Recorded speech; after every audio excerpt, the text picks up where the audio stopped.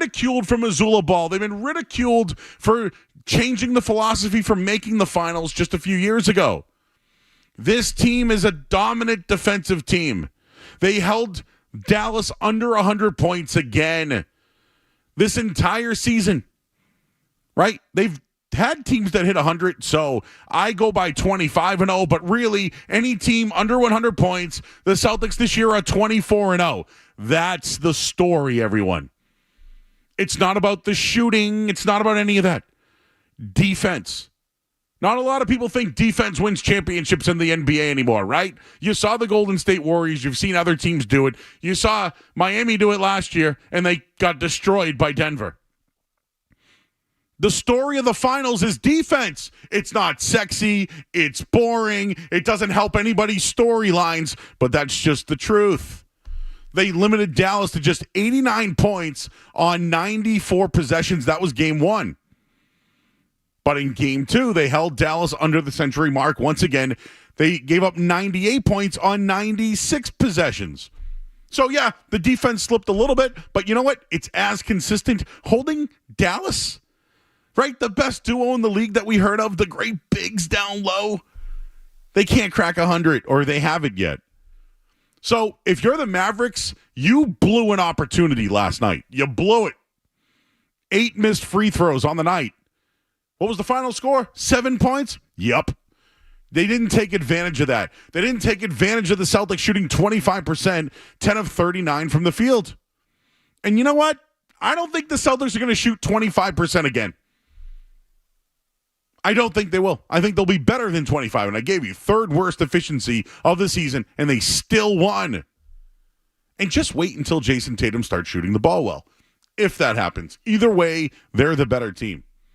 So now the Celtics head to Dallas with a chance to effectively end the series. So game two was extremely important. Dallas was a team that hadn't lost on the road yet, right? If you look at it. And the Celtics haven't lost on the road yet. Dallas was 5-0 after a loss, right? They were 3-0 in game threes. Like, everything leaned towards Dallas last night. They had the opportunity. If you bet on them, you covered. But I just look at it now. The Celtics go on the road where they have yet to lose. And Dallas had every opportunity to take game two and couldn't. I just don't know what else Dallas is going to do at this point. Some people, I just wanted to bring up the defense one more time. People are surprised that the Celtics have talent. Right? Have you heard that on the national media? Have you heard that? Like, the national media is so impressed. Oh, wow, look what Drew Holiday can do. Look what this guy can do. That's why I've been so negative towards the national media. It's not about what they're saying about the guys. It's how uneducated they are. How they don't know. People are surprised that the Celtics can defend. How do you not know the number of under 100 points? Like, this story for this year is about the defense. It's not sexy. But you know what? I'm fine with that. I think they're fine with that. But in reality, the Celtics have too much talent. They defend. They're a team. They're playing through their best player who makes other players better. And I'll give you a couple of finals notes. The Celtics, the 36 previous teams that went 2-0 in the finals, they went on to go 31-5. And with the Celtics, the last 8 times they went up 2-0, 8-0. 8-0. So again, people will get into what happened with Kristaps Porzingis, or is Jason Tatum struggling, or the best player, or has Jaylen Brown now taken the note, or what Drew Holiday has said, or what Jason Kidd has tried to do and get in the heads, right? The story is the defense. It's the defense. It's not sexy. It's boring. But when you hold Dallas, who, again, when you look at the point leaders, it's Luka Doncic and then all Celtics. All Celtics. It's Luka and no one else. and you can put it on Kyrie Irving or you can put it on everyone else. How about you put it on the Celtics defense is dominating the series. They can shoot 25% and still hold you under 100 and win the game. That's the story of the NBA Finals. And that's why I think the Celtics will go on the road once again. And if they take game 3, I don't know if you want to start playing the Geno music. And there's still, again, we've seen many, many finals where teams go up 2-0, they go back home and even the series. And that can still happen, and it's still on the board for this Celtics team. It wasn't much of a discussion today, though, from what I heard. From what I heard, it's, is it Jason Tatum or Jaylen Brown? I don't care. This defense is going to win them a championship. Playing their philosophy is going to win them a championship. And that's what I've said all year long. I think the way that the style that they play can win a championship, and so far through 4 rounds now, and they're 2 games away from winning a championship. It's all true. 617-779-0985. We'll start there tonight. We're on YouTube. Go check us out. Go to youtube.com/985 The Sports Hub. I haven't gotten the chat yet, but I'll see who's in there. We got Jeff Williams on the board tonight. Skaz got the night off. And we got Christina, our intern, here tonight as well. She's in the chat. And once again, 617-779-0985. It's not sexy, right? Starting the show talking about defense and throwing out the number that they're 24-0 when they hold teams under 100. But let's talk about Jaylen Brown and Jason Tatum and who's better. Let's just do that for 4 hours. That sucks. I'm sorry. So you know what? Defense might suck. It's going to win you a championship. We'll get into more of that coming up on the other side. And you know what? I love it when a guy says he'll die on the floor and die for his team. We'll talk about that coming up next. I'm Joe Murray here on 98.5 The Sports Hub.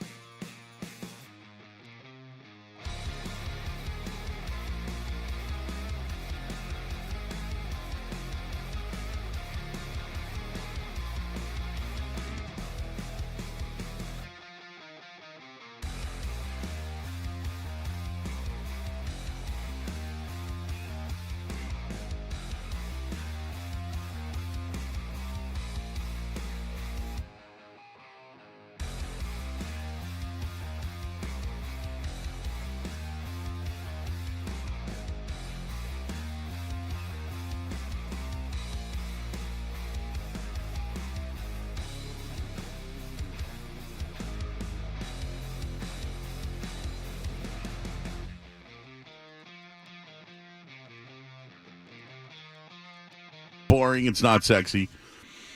People criticized the Celtics about changing the philosophy and playing Missoula ball and taking too many threes and how they don't win games in crunch time. And all of those things during this playoffs are non-existent. Last night they shot 25%. It was a bad shooting night. If you want to look at their 16 playoff games or whatever it is and bring up the one night that they shot bad, fine, you can do that. Fine, go ahead. Have fun with it.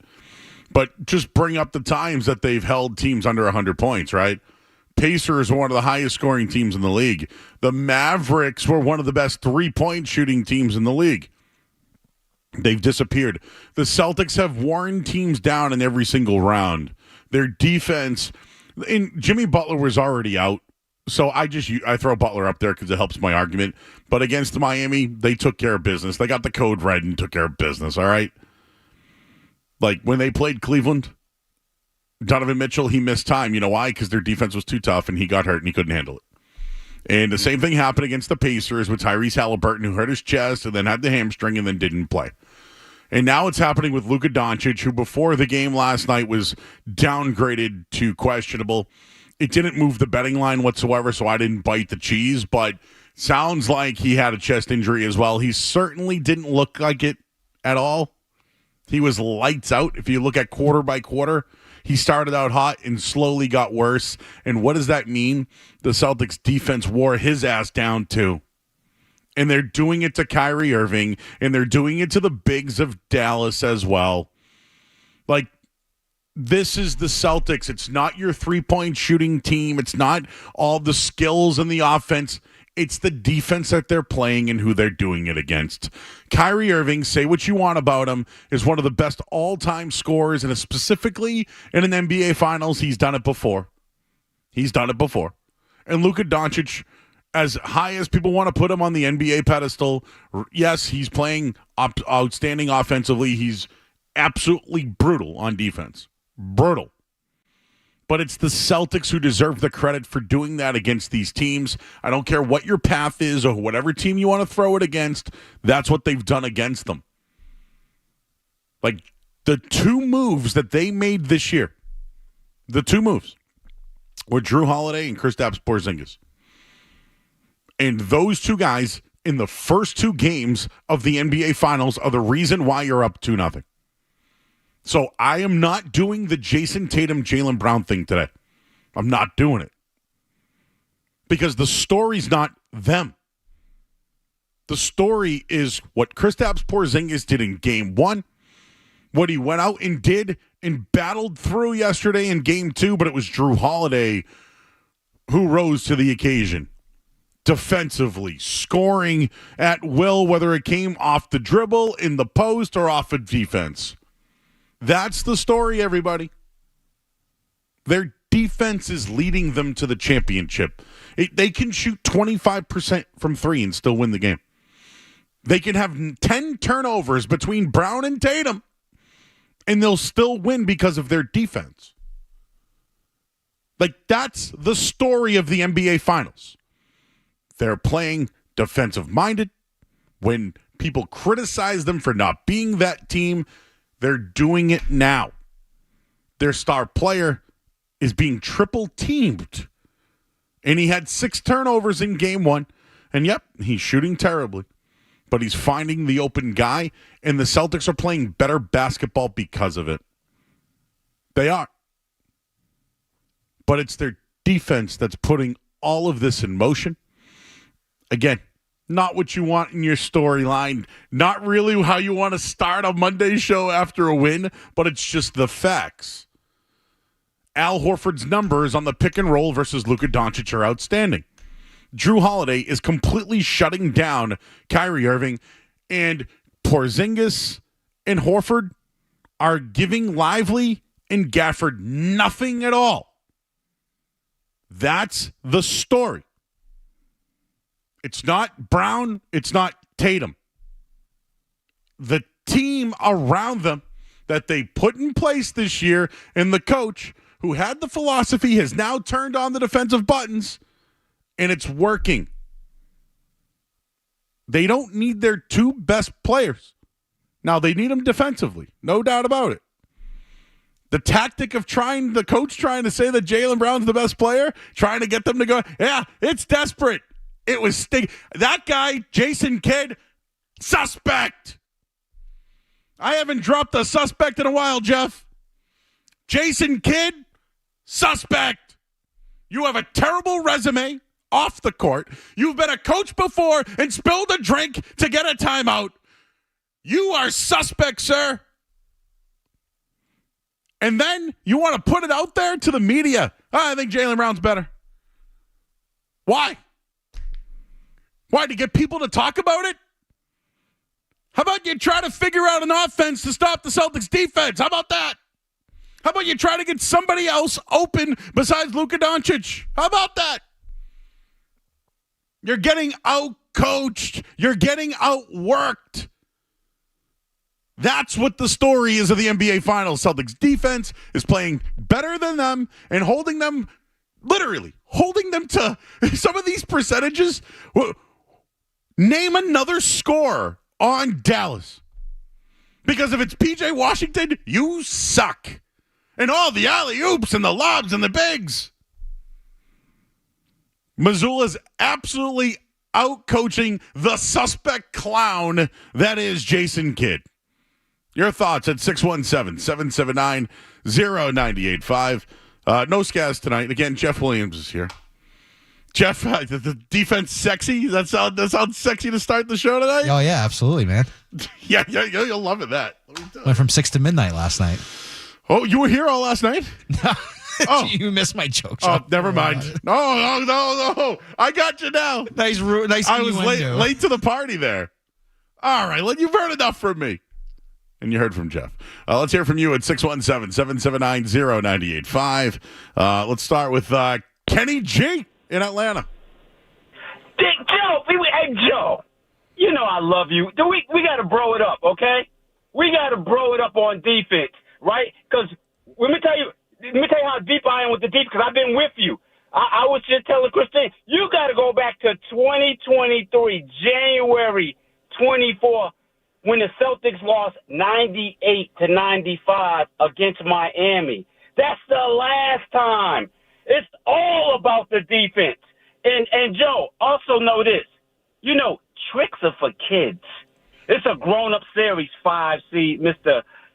I'm the coach, like you said, spilling drinks, and you Mr. Point Guard Almighty. No, sir. You are playing the Boston Celtics, and what they're giving you is called the business of defense. It's going to be everything. So sexy it is. Picture me. Hey, Joe, I'm going to just be naked talk about defense. Talk about going 12 to midnight or 6 to midnight. Kenny G's in. The fact that listen, I'll say it another way. The Celtics are owning the Mavs in every single way. Every single way. And they've done it to every team in the playoffs. Every one of them. Whoever you want to throw in their path. They've done it. They've done it. This team was so criticized for their three-point shooting and how it's going to be the reason why they lose. Sorry. They're playing outstanding defense. It's always been about the defense. It has always been about the defense. We got Greg in the car. What's going on, Greg? Go. Between Jaylen Brown and his block shots, Drew Holiday and Peyton Pritchard picking pockets left and right, and Fat Boy Slim telling Kyrie, I got to go to the other end because I'm gassed. And Kidd is a fraud. If he's getting beaten by Missoula for being a coach, all I got to say is this. You're a freaking loser. Have a great night, Joe. Thanks, bro. Jason Kidd is... Listen, I respect Jason Kidd for what he was as a player. Outstanding point guard, played well throughout the league. In his final year, went back to Dallas. He was one of the most improved three-point shooters in NBA history. It's another reason why he became a Hall of Famer. The guy's an outstanding basketball player. I thought he was an outstanding mind. Technically, if you want to look up his resume, as far as coaching's wins, losses, he's like 40 games over 500. So he's been pretty good. He's also had a lot of talent, right? Didn't he have Paul Pierce and Kevin Garnett in that group and had the Bucks with Giannis? Right? He was with the Lakers, I believe, when they won. Like, he's coached good players. Luka Doncic is great. But as far as this series goes, he's triple-teaming Jason Tatum but telling you Jaylen Brown's the best. Like, who is this guy? And I'll never forget, he's out of timeouts, but you know what? Hey, man, hit my arm, dude. And then it spilled on the floor, and they got a timeout about it. That's suspect. That guy sucks. And do you want to even talk about what happened in Boston in 2002, or should I leave that out? Should I leave that part out of it? Yeah, we don't need to go down that road again, Joe. But then I'm telling you, that guy, clown. Clown. Joe in the car. Hey, Joe. Joe, love your show. Listen, I got to agree with you. The defense, no doubt, is going to take this championship because, I know your boy Jason Tatum. He went for 6 for 22, Joe. I mean, you're all NBA star, but he got triple. He's getting triple teamed though, Joe. He's getting the assists, Joe. He's getting the rebounds, Joe. Come on, Jason Tatum in the playoffs has been pathetic, man. And because we're gonna win, it's not like I told you because of Tatum, Joe. It's not, but it's because this team all around, Brad Stevens, in my eyes, is the MVP of the Eastern Conference Finals, and he's going to be, and he should be, but unfortunately, he can't get it. Joe, I can't get it? Is a triple-double good? I'm just curious. Is that good or not? I didn't say you. Here you are again. You're not listening. I didn't say you can't get it. What I'm saying is Brad Stevens can't get MVP because he's not a player. But your boy Jason Tatum. No, my boy Jason Tatum. The reason why your boy Jason Tatum. My boy Jason Tatum, who I know who lives in Newton. I don't know him. We're not boys or anything like that. Oh, really? I know he lives in Newton, but we're not boys. Like you know him. You sound like you know him. No. I actually know that he's the best player on the basketball team. I know that. Because you get on the radio and you want to mention the fact that his assists and rebounds, but you don't want to get on the radio and say that the guy shoots 6 for 16. Did you hear me say that they shot 25%, or am I wrong? You don't want to get on the radio and say that the guy he shot 12 for 38 in these last 2 games. And you want to give us his assists and rebounds. Listen, the bottom line is, okay, Joe, let me ask you one more question. Let me just ask you a serious question, though, before you hang up on me. Can you get Jason Tatum's played, 15 games in the playoffs so far, 15, 14? Can you give me one game this year in the playoffs that we're going to call it like a signature game? Like, how about 10 points in overtime to beat the Pacers? How about that one? Okay. Let me. You're the worst person. You are the worst to have a conversation with. You know how hard it is to talk to somebody like you, Joe? You know how hard it is? You literally are saying Jason Tatum's pathetic, which is also not factual. They shot 25% as a team. He is not shooting the ball well. I don't think you're understanding. The fact that he is not playing well and the team is, that's a good thing. But yet you just want to look at how bad he sucks at shooting. That's all you want to do. And it's right. You can do it. It's all you have to stand on. That's why. You have nothing else to stand on besides he can't shoot. You're not looking at it as the Celtics are a better basketball team because he's not forcing up those shots. He's facilitating. They're a better basketball team going through him with other people taking the shots. Why is this hard for people to understand? Why do you have to pile on the guy? If he's the best player and you think all that and you deserve more, fine. That's your opinion. I just think you're wrong. The team's playing better with him not forcing more shots and more shots. And by the way, don't you respect the fact that he's being doubled and triple teamed, right? He's trying to find through that and find other guys, and he's doing that. But all you do is criticize him about his shooting, which, by the way, does suck. But where's the credit when he's finding the other guys? Like 12 assists is pathetic. Be fair. Jason Tatum's a big part of why they're up 2-0. It's also true that he sucks at shooting. But to say he's pathetic, that's just obtuse. I love Suspect. That was a suspect. Jerk take. Jerk take. But I'm defending Jason Tatum because I think he's been awesome, but he also has sucked at shooting. Both are true. I apologize, but I'm not sorry.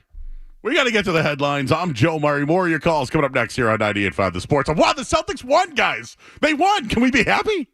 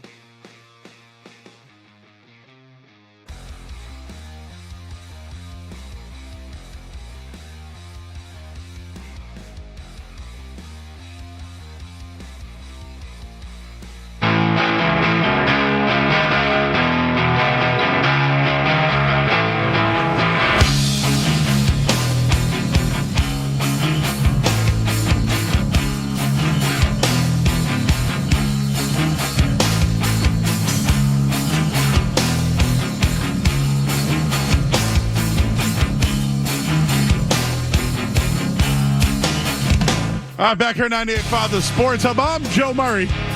I got spicy. They won. They're up 2-0. The Celtics are 2 games away from the championship. I don't care who the best player is. Win the damn thing. Let's go. Jeff, you may appreciate this, but I've used this reference. Maybe you've been on with this before. Jeff does a lot of weekends here. I don't care how the pizza is delivered. I don't want to know how it's made. Are they using 3 cheeses? Right? Is there cheese in the crust?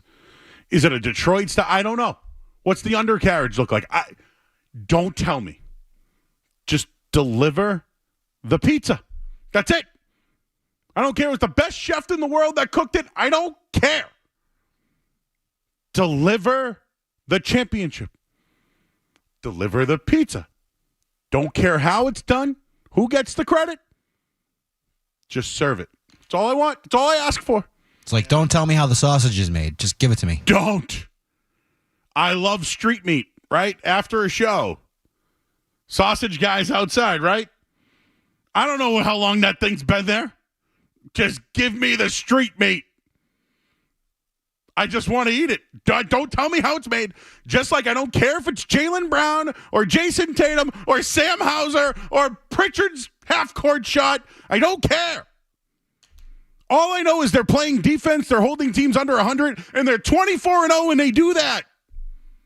But yet all they do is shoot threes. Their fatal flaw, shooting threes. They shot 25%, had 10 turnovers, and still won the game. Your thoughts at 617-779-0985. Bob's in Vermont. Hey, Bob. Hey, how's it going, Joe? Hey, buddy. I want to talk about Kyrie Irving. When Kyrie Irving doesn't score, what else does he do? Nothing. I mean, he is a scorer. He's not a facilitator. He's not a rebounder. He doesn't control the game. Jason Tatum is a better all-around player because of his all-around game. He's not shooting good, no. But the way he's been passing in this series and playing defense and rebounding, there's more to basketball than just scoring points. Yeah. Hey, listen, I'll say this, right? If we were ranking the players in the finals right now, I think Luka Doncic has been the best offensive player, but I think he's been the worst defensive player. I agree. I think offensively he's number one. There's no doubt in my mind. So do I think that Drew Holiday's had more of an impact than Tatum or Brown? I do, because you mentioned Kyrie Irving. What does Kyrie do besides score? Well, Drew Holiday is taking all of that away. Exactly. So if people, you defend Tatum so much, no, I think Drew Holiday's impact in Game 2 and Kristaps Porzingis' impact in Game 1, the 2 additions that they made this year have been the reason, on top of the defensive philosophy, is the reason why they're 2 wins away from a championship. What gets me is people make it sound like Kyrie's averaging 40 points a game in the playoffs. It's like he's averaging like 20 or 21 points or something. That's not that over the top. That's average. You're right.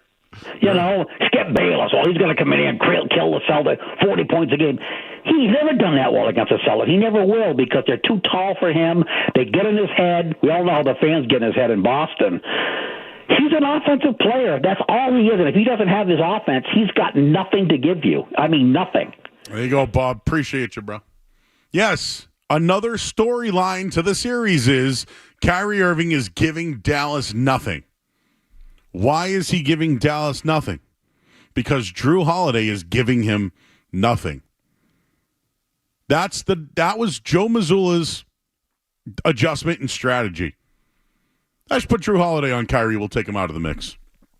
Anybody can cover Luka. Don't worry about that. That's literally not rocket science, right? Right? A guy who was the third-row coach in the 2022 finals can even say, hey, why don't you just stop Kyrie and make everyone else beat you? I mean, not hard, right? Hey, why don't we just play defense, guys? We don't need to worry about, shooting threes. Just look for the open guy and play defense. How about that? Remember slapping on the floor? Oh, right? High school, did you guys ever slap the floor and play defense? You ever see North Carolina, Duke do it, right? In a big ACC matchup? That's what it is. But it's not sexy enough. It's not. It's just not for you people. I shouldn't say you people, for the people that really only care about who the star is and the best player and who's going to win the MVP. I just want the team to win the championship because I was right all year that they could win this way. That's why. Not that I'm a green teamer, because I'm not, but I will wax poetically about how. But personally, I thought this team could have done this all along. I predicted this team could do this all along. And they're 2 games away from doing it, so I'm going to continue to do this until they do. But they still have 2 games to go. 617-779-0985. I'm Joe Murray. They did win last night, everybody. Sean's in Salem. Hey, Sean. What's up, Joe? First time caller. How you doing? How you doing? Listen, I am sick of the clowns always comparing Tatum. You know, he goes ISO, they complain. He passes the ball, they complain.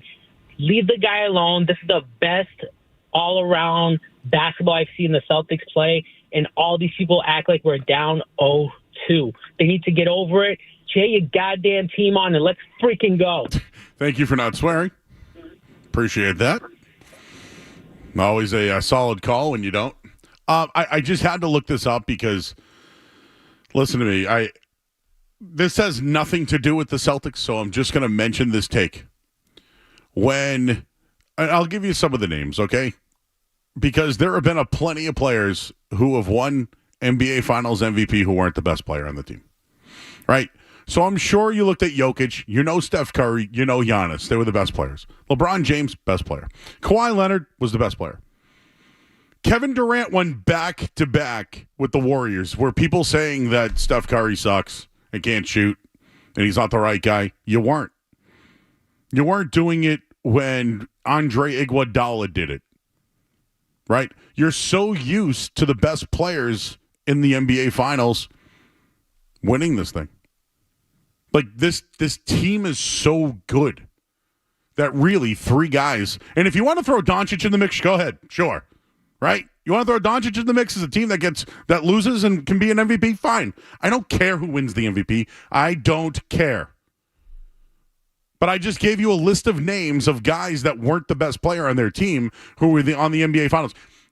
Listen, I wasn't alive in 1981, but I've heard enough about it from, I don't know, Max, right? Larry Bird averaged 15 points a game in the finals. Who won the NBA Finals MVP? Cedric Maxwell. So all I'm trying to say is, did Larry Bird suck? There's 15 points a game, and he sucks, right? Jason Tatum is not shooting the ball well. He hasn't shot the ball well all playoffs long.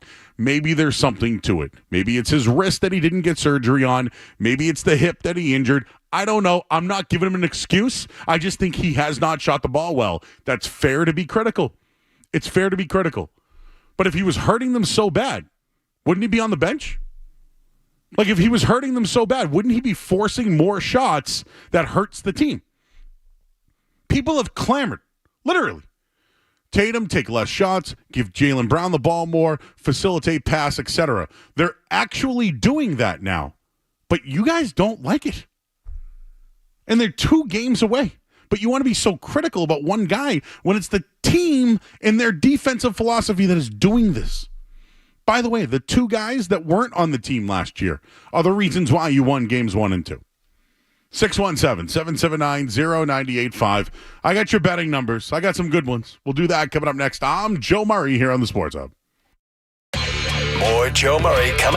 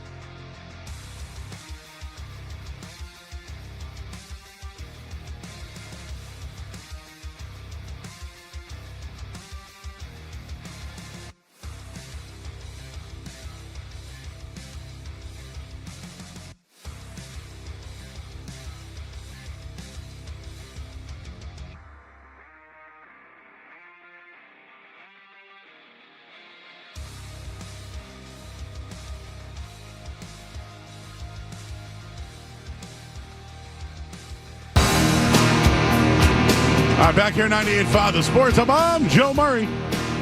We're here until 11 o'clock tonight. I see people on the phone lines. We'll get to you in just a little bit. I get some betting odds as well that I just wanted to go over. So the odds have been changing for those who care about the MVP. I just wanted to give you the numbers because I don't. But just these are the latest numbers when it comes to the betting odds and the Celtics. And you would be surprised that right now, Jason Tatum is still, to this point, he is still the favorite to be the MVP. Now, it's moved in some directions. Jaylen Brown is plus 185. Tatum is plus 110. Luka Doncic is still plus 650. Now, if you think Dallas comes back, I'd jump on that, personally. Drew Holiday comes in at plus 700. Derek White's 5,000. Porzingis 5,000. So Porzingis went back to 5,000. He was at 700 last game. So he's fallen. But at some other sports books, I'll tell you, Jaylen Brown is the consensus favorite. The other thing is teams down 0-2. They're 21-12 in Game 3. So history says the Mavs probably win Game 3, but there was evidence you would have thought they would win Game 2, and they didn't. So as far as trends go, I bet yesterday the Mavericks, they covered. They're 1.5-point favorites right now because the money has been bet on the Celtics. I just don't think they have a third scoring option, or even a second for that matter. The other thing I'll say, one more thing I want to say about Tatum that people haven't looked at the stats. They're undefeated on the road. Jason Tatum is the highest scoring player in the NBA on the road this playoffs. So whether it's they play differently at home or road or philosophy, whatever, he has proven that on the road. When we had a caller say, name a game he's played well in, I just bring up overtimes and I bring up other games because that happened on the road, where it's hard to win on the road. But they've been undefeated on the road, so I just want to give them credit for that. 617-779-0985. Also, one other thing, Joe Me the Money, which we do every Friday at 10:35. I picked Dornish to win the Belmont, and bing, bang, boom, hit it again, 15-1 odds. Ding. So, listen, I've hit the Derby. I've hit this. I didn't do the Preakness, but a little bit of a hot streak here. Had the Florida to win first game, had the Red Sox to win, went 3-0 on Joe Me the Money this week. And we're ready to roll into another week. 617-779-0985. Let's talk to Adam. He's in Pawtucket. What's up, Adam? How's it going, Joe, man? Hey, I just had to call in. I agree with you so much. This narrative about Tatum not having, a good postseason or a good couple of games in the finals, I get it. The scoring's off. I mean, the shooting's off. But, I mean, even he says it in the postgame. Like, he knows it's off. But he's embracing it, and he's doing all the other right things to do it. I mean, I feel like during the regular season and maybe in some playoff series in the past where his shooting has been off, we know he hasn't been the greatest player in the postseason, but as far as shooting, but he I feel like before he would almost kind of give up and get mad or get down on himself, and he's embracing it this year, and he's doing all the right things. So I don't know, man. There's a reason why points isn't the only stat on the stat sheet. So I just wanted to hear your take. I appreciate it, man. And again, people think I'm knighting for Jason Tatum. I'm not doing that. It's just that when you tell me that he's pathetic, it's a jerk take. It's a jerk take. He's not shooting well. What else isn't he doing well? Tell me, give me something else. You have no leg to stand on besides his shooting. It doesn't mean I'll even tell you I think he's the fourth best player in the series. How about that? Does that mean I'm still knighting for Jason Tatum? I'm just telling you the facts. The facts are he's a big part of why they're winning. He's a big part of they've changed their game, everybody. Let's face it. During the regular season, this guy was jacking up shots and it was hurting the team and shooting them out of the game. But they had to check boxes, right? They want all NBA. They want all these things. They let it do it. They have it's the regular season. Nobody cares. But the playoffs, it's been a different story. when his shot's not going and they're still triple teaming him and they say he's not the best player, then I'm the one knighting? Like, if Jason Kidd is telling everybody that Jaylen Brown's the best player, why is he triple teaming Jason Tatum? And now Tatum realizes his shot's off and he's passing the basketball. And he's doing pretty well at it. Also, does he get credit for not giving up any points to bigs inside the paint? Because that's where he's doing most of his work, is down there in the paint defensively. 617-779-0985. We'll take a look at the top of the hour headlines as well. We'll take your calls going forward. I got more on Tatum as well. And we're going to talk to Grant Asfeth coming up in just a little bit. He was a beat writer for the Mavericks, so we'll get his thoughts on what's going on down in Dallas. We'll get a quick look at the headlines and more of your calls coming up next here on 98.5 The Sports Hub. From the Town Fair Tire Studios, the road to Meta 18. This is the flagship station of the bus.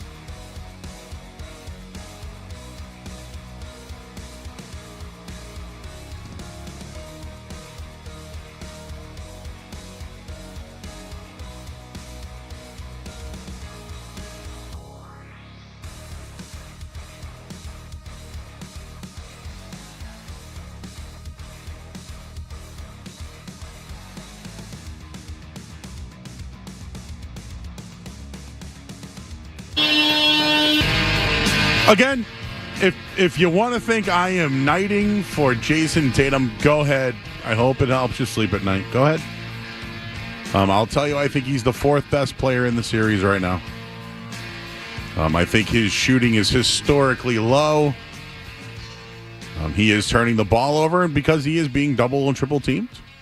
But I think he's been able to work through that, and he's been an excellent facilitator of the series.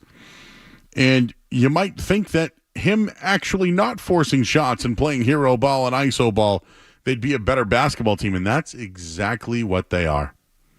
But they've gone back to playing defense, and that's why they're up 2-0 in this series. I see you guys on the line. I did want to just mention something I read from Jake Fisher tonight, and he works over at Yahoo. Any focus on what Jason Tatum isn't distracts from all that he is and has become. The best playmaker through 2 games in the NBA Finals, which now have Boston 2 wins away from Banner 18. So that's the national media. That is Yahoo Sports focusing on all the things Tatum is, while most people can only focus on what he isn't. That's my point. You don't talk about the other things. He is not shooting the ball well. If you want to have a discussion on that, what is it? I think it's his wrist, but I'm not going to use an injury on this one. He hasn't been right. He doesn't look hobbled or anything like that. He's turned some balls over. He's gone to the paint a couple of times and maybe didn't look as aggressive. So Paul Pierce mentioned a hip injury a while back. Whether there's an injury or not, he's not right. But, Holiday, which we'll get into a little bit, was asked who do you think's the better player, of reacting to what Kidd said. And he doesn't prefer one or the other. He prefers both when it comes to Tatum and Brown. but several of Tatum's teammates backed him for the sacrifice he's made for the team, even Jaylen Brown. And, the quote from Tatum was, obviously, I need to shoot better. Golly. What will the Celtics look like when he actually plays better? 617-779-0985. Let's talk to Daniel in the car. Hey, Daniel. Hey, Murray. Thanks for sharing those odds earlier. Very helpful.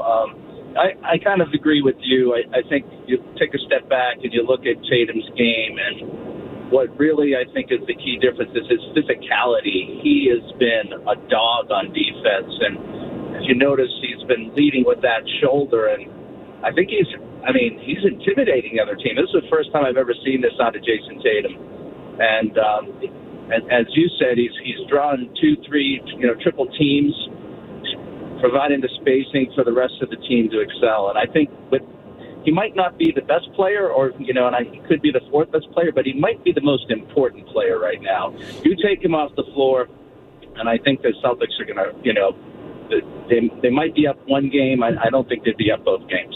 We've seen it before when Jason Tatum's off the floor. When he's off the floor, the plus-minus is like very minus, and Jaylen Brown struggles. So we've seen it before, and I appreciate you, Daniel. Like, the numbers don't lie, people. You're going to give me your pie chart? Is that what you want to give me? Like, stuff your pie. Stuff your pie whole. Eat your pie. I want none of your pie. Out on your pie. Don't care about your pie numbers. Meg is in Weymouth. Hey, Meg. Hey, how you doing? How you doing? Good. I totally agree. And let's talk about the banners in the garden there. We're not seeing MVP banners up hanging there. Who cares? Could you name the MVPs from all those Celtics championships? Who cares? It's a team sport. Jason Tatum knows he's not shooting well. Let him be. Let him be himself, and I'll hang up and listen. Hey, thanks, Meg. I do feel like at times, though, you can be critical of Tatum. If you want to be critical about his shooting, absolutely. His turnovers, absolutely. Sometimes missing free throws, yes. And right now, I think he's a big part of the ascension of Jaylen Brown. Let's call it what it is. Jaylen Brown last year struggled in the playoffs, going back to the 76ers series, and then in Game 7, he was a no-show. He got the highest paid contract in the league. People got on him about a left hand, right? He goes to the All-Star game. He's at the slam dunk contest. He's a part of that. And then at the All-Star weekend, Jason Tatum says, hey, give Jaylen my minutes. I want him to get MVP. Jaylen Brown has turned into a superstar because of Jason Tatum. Like, it's another storyline to this. If you want to say, hey, Jason Tatum, wow, here they are 2 wins away, and you thought he'd be the star, but it's Brown, that's a good thing to have. It's a good problem. Finally, Jaylen Brown is playing at a superstar level. Finally. But you want to tear down Jason Tatum for shooting poorly in the finals or the playoffs. Drives me crazy. Jay Bird, what's up, bro? Hey, Joe. Relax, buddy. Oh, well, you're in Jacksonville, bro. What do you know out there? You guys have no sports teams. They suck. We're in Boston in championships, bro. Don't tell me to relax. It's my show. I just flew back from Boston from the game, man. All right, well, don't tell me to relax. I'm pretty fired. It's the NBA Finals, man. We're all in, bro. But, yeah, I tell you what. The man, just if you watched it, when you're in the house and you watch the way the game was played, there was an ISO ball, and you guys should be talking about Drew Holiday and KP. Wait, when did you turn the show on? Only about an hour ago, 45 minutes ago when I landed. Okay, I forgive you for not listening, but I said the story of the finals is Drew Holiday and Kristaps Porzingis, the additions that the Celtics made this year, and the defense. I mean, ESPN did a little snippet on that little run that they did to, break the game open, and it was all KP, that whole stretch. Yeah. So yeah, I apologize if I No, didn't, it's okay. No. Kyrie Irving has been put on lock. Drew Holiday's locked him down. He's a no-show. I mean that's a storyline there too. Yeah, just again, it's nothing like being in the house compared to seeing it on TV. And I mean, they're a step ahead. Yeah. I mean, off the dribble, on the boards, the blocks. I mean, who knows what will happen in Dallas? But you got 5 if KP comes back, 6 premier players compared to 1.5. You're right, Jay Bird. You're right. You are right. Corey is in San Diego. Hey, Corey. Hey, Joe. How's it going? Good, man. All right. I just have 2 quick points. From 2002 until 2007, Tom Brady couldn't throw the deep ball. He was just a system quarterback, and the defense won championships. It's no different with Tatum. He's doing what it takes to win, right? So little dump off screens and winning, not doing the dumb thing, taking the threes, keep shooting over and over. He's passing off the ball. The national pundits, they want to have a polarizing figure, the Jokic. Yes. They want the guys who suck, who can't do anything like Embiid. Exactly. Like Maz, I heard Maz go from Ant. Not the Felger Maz postgame show. Sorry. This is not the Felger Maz postgame show.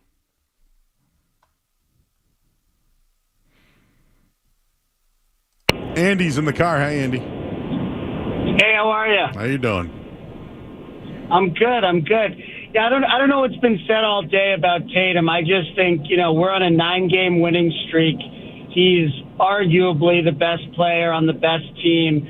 And I don't know if anyone picked up on this today. He was 1 rebound away from a triple-double. And if you looked at the list of people who have had a triple-double in the NBA Finals, every single player on there is a Hall of Famer or will be, with the exception maybe of Rajon Rondo.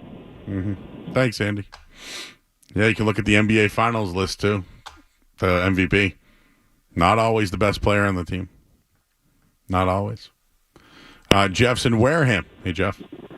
Hey, what's going on? Just 2 quick points. First off, I watch a lot of the national media shows, and their overall consensus, obviously, Tatum is getting crucified for his scoring, which, granted, has been bad for a lot of these playoffs.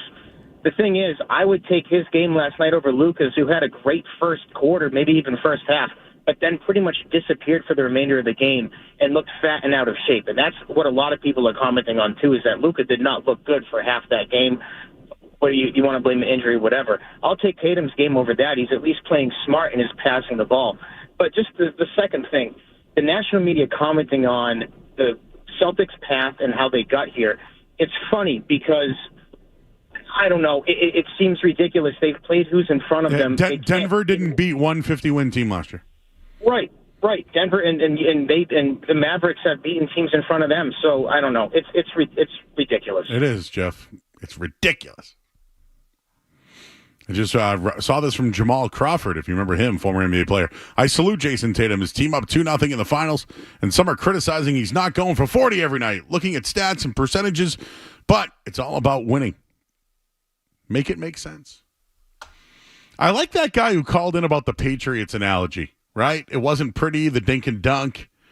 They won championships, and then once they got the nice little shiny toys, Brady started throwing deep, and then they didn't win for 10 years. That did happen, right, Jeff? I just want to make sure that did happen. No, absolutely. Yeah. Maybe Tatum has grown and been like, wow, I'm one of the best passers in the game. I can rebound and do all this, and these guys can shoot. Maybe I won't take 30 some shots of those passes were just like ridiculous, like awesome. Like, come on, how are people complaining right now? It sucks that we're talking about Jason Tatum and not getting the respect because there are guys ahead of him, and I think that's the story. It really does. Like, this is what a polarizing figure does. Tatum is this guy that's in the finals that everyone thought he was going to be the guy to propel them, when really it's Jaylen Brown's turn to superstar level, and the 2 guys they got in a trade have won them 2 games. But Tatum hasn't yet been the star, right? And That's where everyone's going after it. It's like they're up 2-0, but did you see Tatum? He struggles, man. He's just not right. Or we'll get a local caller telling us he's been pathetic. Like, pathetic, I'm sorry, I love this man because I have a Hauser party for one. But my boy Sam Hauser last night, pathetic. You want to talk about pathetic? That's my guy, too. All right. Well, I'm going to calm down for a little bit. That guy said, hey, calm down. Don't tell me to calm down on my show. That's one thing. Don't tell me. It's your house. That's right. It's the house that Joe built. Grant Asfeth, he covers the Mavericks. What's going on in Dallas? Well, we'll find out next right here on 98.5 The Sports Hub. Don't go anywhere. There's more Joe Murray. On the way on 98.5.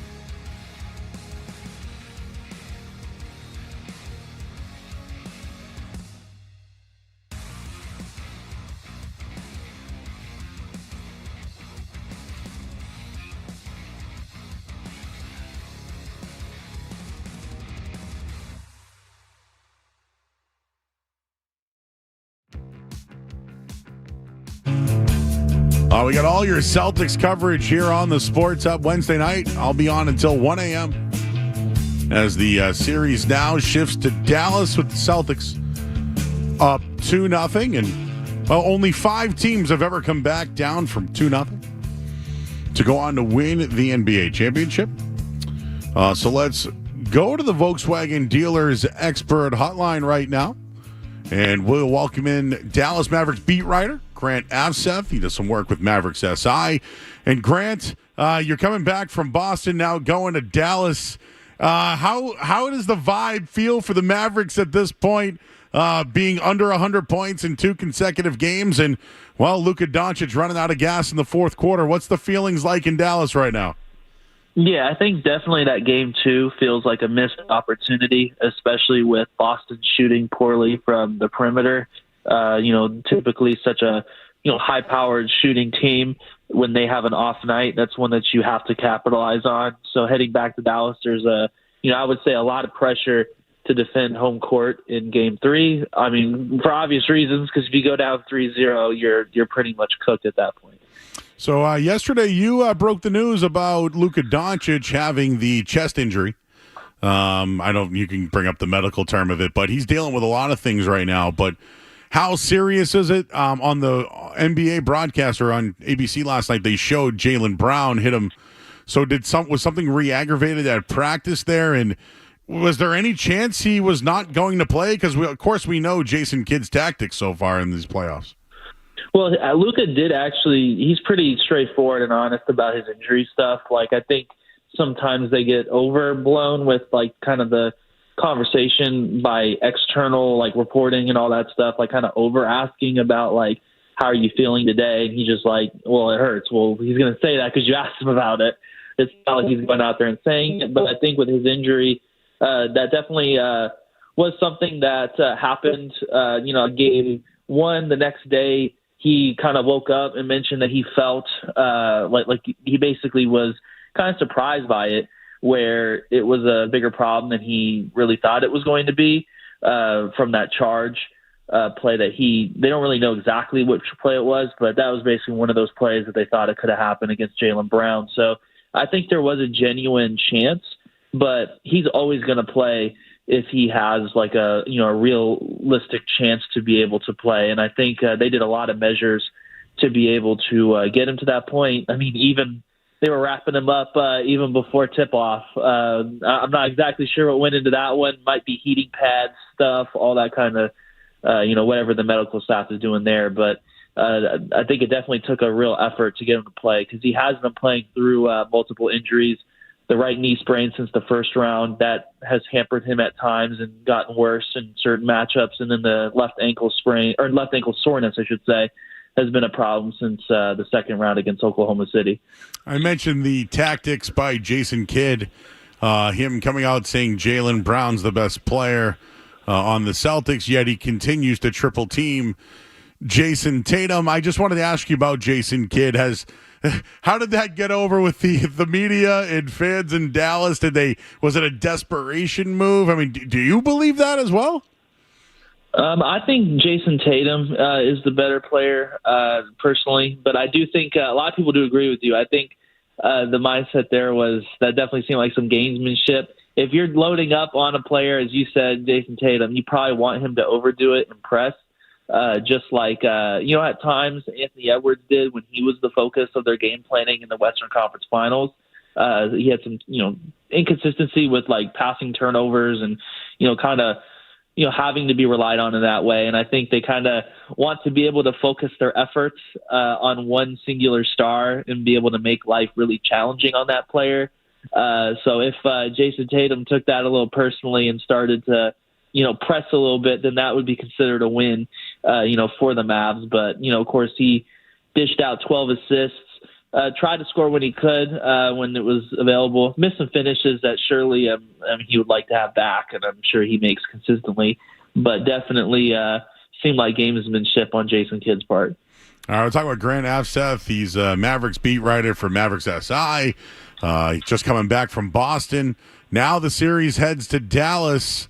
Celtics are undefeated in the playoffs on the road, where Jason Tatum is the top performer as far as scoring goes on the road to the playoffs. So what does Dallas have to do? And, one thing I will give credit to Luka Doncic and even Kyrie, they took a lot of heat after the game.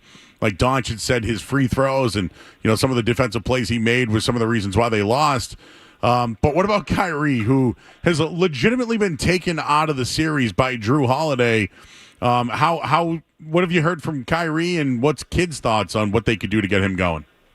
Yeah, I think for the most part, they feel that he's getting shots that he typically makes. This kind of reminds me of the Oklahoma City Thunder series where he had multiple single-figure scoring games. They didn't panic then, but at that point, there was a lot more double teams against him. It seemed like Oklahoma's strategy was to, really make Luka work, but blitz Kyrie to get the ball out of his hands when basically they could to really put pressure on Luka. Boston's obviously doing a lot of switching instead of, using that particular strategy. So you definitely, for a backcourt that's been talked about by external people as being potentially one of the most talented ever, you're going to need a lot more firepower from that secondary star.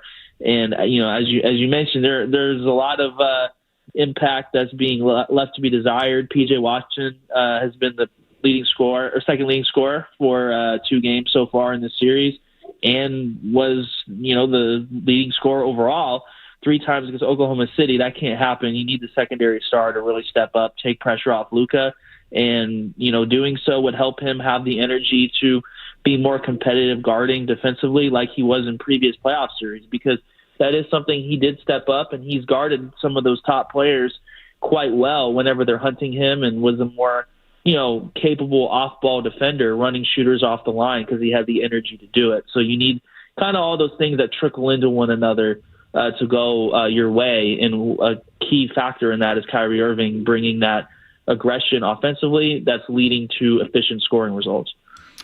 What kind of adjustment do you think Dallas can make? If they were to go big, would they add Lively there? Would they go Kleber? What would they do? Because right now, they got to make some move. I don't know if they take Tim Hardaway Jr. off the ice, let Hardy kind of go. They need more scoring, man, and a lot of these players play better at home than on the road. Do you think they make an adjustment to their starting lineup? I think they'll keep the same starting lineup. They've been pretty rigid about, adjusting their starting fives after having so many different ones in the regular season, and then finally getting like that consistent success. They've kind of, never looked back in a sense since that point late in the regular season. So I think they're probably going to, stick with that. And I think where they might make changes is kind of what they did in Game 2. They went with more, size on the perimeter. Dante Exum got more minutes to kind of run the offense and help get Luka off the ball, put him in some actions to get him touches where he's not having to create everything up top so much. So I think maybe, leaning a little bit more into that, where they can build on how can we get Kyrie cleaner touches and opportunities. That could be the potential, layer to go about that, where having, 3 initiators on the court while that third one being Exum is a capable defender with size and length to maybe, handle some of those better players on the Celtics, could be the right formula. I think really it's going to have to boil down to the simplest adjustment of all. They're going to have role players make their threes, because I think the shooting in the series outside of Luka Doncic from 3 has been very brutal, where I think very few players are making multiple threes in the same game. And in previous playoff series, those guys like Derek Jones, who had an air ball, in a pretty unfortunately timed situation last game, was shooting efficiently, throughout the playoffs. Same with P.J. Washington. Sure, they had some ups and downs at times in different series, but they had some pretty big games and were largely consistent. So you can't succeed on the road in the NBA Finals with those players shooting extremely poorly from 3. Grant, can you just talk about what it's like in Dallas? Does a team play better? You mentioned the role players. Do they play better at home? And what do you think the reception of Kristaps Porzingis will be heading back to Dallas? I think he'll get some mild boos. I don't think he's going to get nearly as the passion of, the Boston crowd has been for Kyrie, mostly because, this is his additional team that he's been on after Washington, and the Mavs kind of made that decision where they're like, this isn't working, we're going to trade you, as opposed to Kyrie, who's like, I'm going to stay here, but then, goes to the Brooklyn Nets instead. So I think the Boos will probably be like a decent amount of fans, but just overall, I think definitely some fans will, since he's never played in Dallas yet. That's been kind of a weird thing with the Eastern Conference and Western Conference. This will be his first time playing being traded. What happened there, in your opinion? Because everything I read, it sounds like the Doncic and Porzingis get along.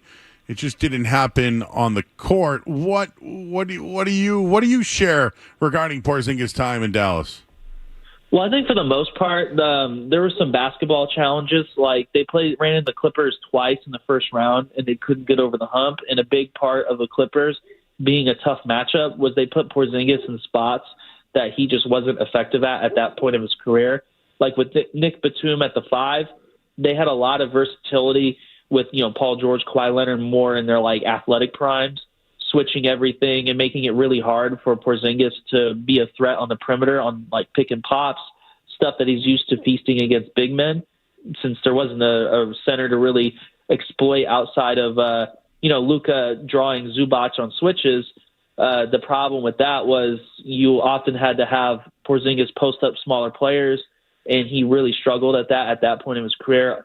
He's been fantastic at that with the Celtics, and I think he's found a great fit where he's really embraced that smaller role, basically trusting that if he does all the little things, the ball's naturally going to come to him. And I think that's just been part of the maturation process for him in his career, where he's really thriving on a team that really gets the most out of his skill set. But I think that's just part of it. And then also the availability concerns.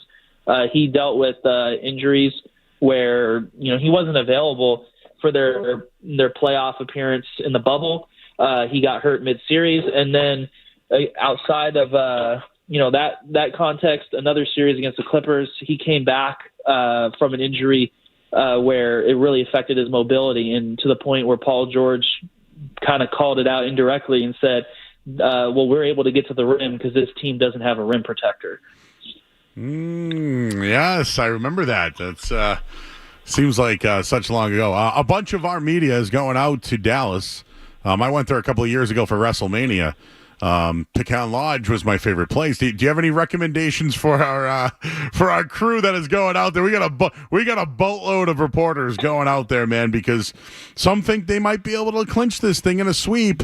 Any recommendations for our media crowd?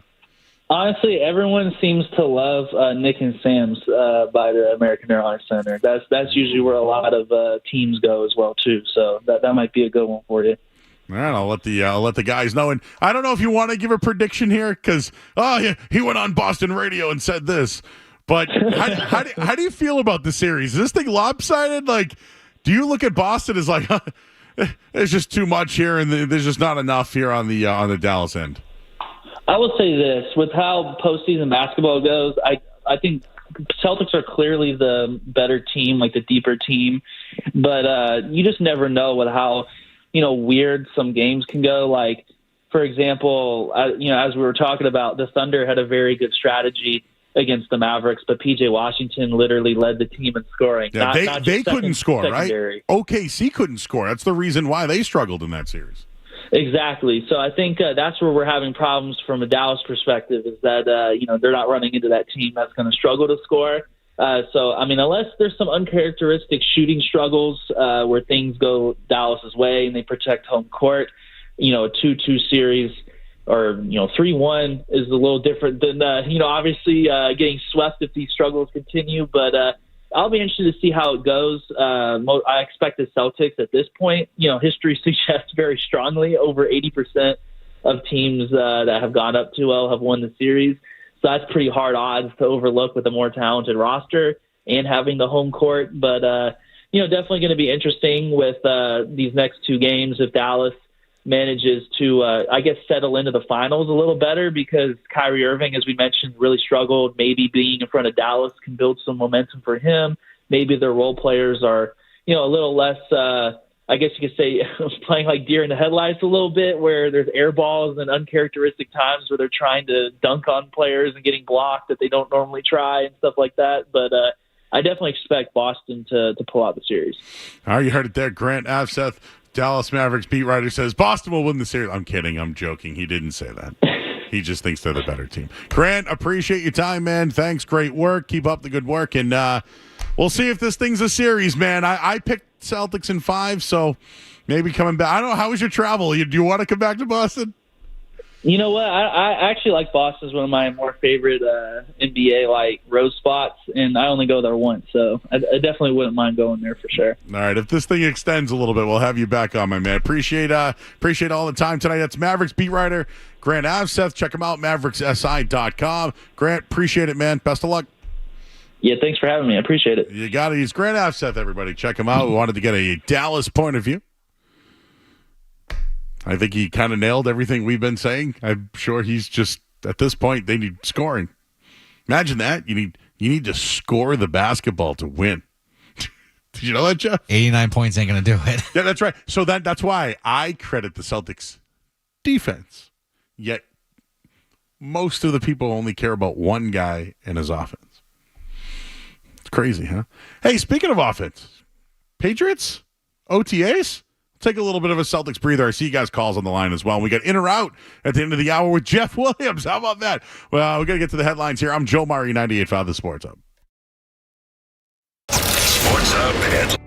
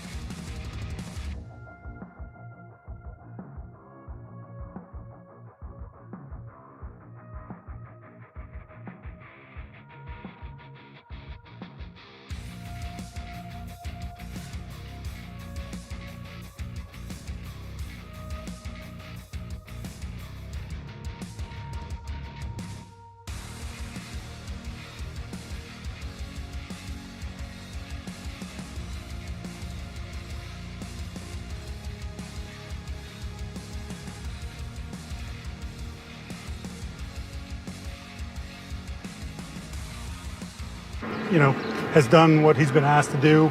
Would you like to see something get done there? We'll see. I will say this about Ramondre. I think he's one of the better backs in the league. It's no doubt about it. I think over the last couple of years, it's been kind of tough on him as far as just getting started. So I'm excited to see what he does this season. And look, he's earned everything that he gets. He's our starting running back, and hopefully we do get something done. Did he lose weight? He looks, at least from our vantage point, he looks like a little bit leaner. Yeah, a little bit, and I think that bodes well for him and his speed and those long runs we expect to see in the fall. You were talking about content. Back here 98.5 The Sports. I'll take a quick Celtics break. We'll get back to your calls. In or out in a little bit. Gerard Mayo talking about potentially an extension for Ramondre Stevenson. I'll just say this. I think Ramondre's a nice player. Was their best offensive player 2 years ago. Fourth-round pick who's done really well. He's played 41 games, 2,200 rushing yards, 500 carries, 14 touchdowns. He's also caught a bunch of balls, 121 for 782 yards and a touchdown. So he was a nice little check-down back who could do nice things, and he's a really good blocker. At 6 foot, 227 pounds, and now has the ankle injury and things like that. Now you want to discuss contract extension? Like, these are running backs. What are you doing? Right? These guys flush through the league like it's nothing. Why do you have to make it a contract extension now? What, to have a guy under contract that was drafted and, the loyalty. We're talking about a running back here. This isn't a tackle or a defensive player or anything like that. So, Ramondre's a nice player. Right? Like, Antonio Gibson's the backup. He got a 3-year, $11 million deal. Like, of course, he's going to get more than that. But extending Mayo, this is just extending Ramondre Stevenson's more of a good faith. You're a good guy in the locker room. We like you. I want better than Ramondre Stevenson, to be honest with you. Maybe I'm asking for too much. Like this offseason, there were plenty of running backs available. If you spent it, it would have been less than any other prime offensive position. Maybe they look at it as you can get a running back who can produce at a really short number under contract with short money up front. Maybe that's the angle here. But these running backs churn through the league constantly. He's been a nice player, but he's also been an injured player.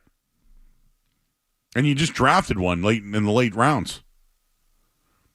Just looking at it, to me, it doesn't sound like a football move. It sounds like we like Ramondre. Big part of what we're doing here. Just to me, doesn't sound like a football move. Sounds like a PR move. 617-779-0985. Mac is in Boston. Hey, Mac. Hey, what's good, Joe? So, I've been thinking about this Celtics Game 3, and I'm a little curious about how they're going to deal with Kyrie Irving now that he doesn't have the onslaught of Boston fans taunting him, getting in his head, and making him make, frankly, some very uncharacteristically stupid decisions. And I'm also a little bit concerned that Dallas's role players are going to start to wake up. I mean, guys like P.J. Washington, Daniel Gafford, Lively, like those guys have all been non-factors. I want to know how Boston responds once those guys wake up, including Kyrie, and I'm assuming they will. However, if they don't, I don't see the series going any longer than 5 games. My original prediction was Celtics in 6. I'll hold on to that because why not? But it's really difficult to see them, frankly, winning more than maybe 1 game if it just continues to be the Lucas show. All right, Mac. Appreciate you. I just saw this field goal percentage in the NBA Finals since 1980. In Jason Tatum's 8 games, his 35% is the lowest of all time. You know who is behind him? Patrick Ewing. Pretty good, right? How about Kevin Love? Did he win a championship with Cleveland? Yeah, he did. How about Jason Kidd? He was Hall of Famer, right? Dirk Nowitzki. How'd he do? Pretty much won a championship on his own. Won a championship, right? How about Kobe Bryant? He was good. Right? He's okay. Rajon Rondo on that list. Draymond Green. on that list. The ones I left out were Allen Iverson, Mario Chalmers, who did win, by the way, and J.R. Smith.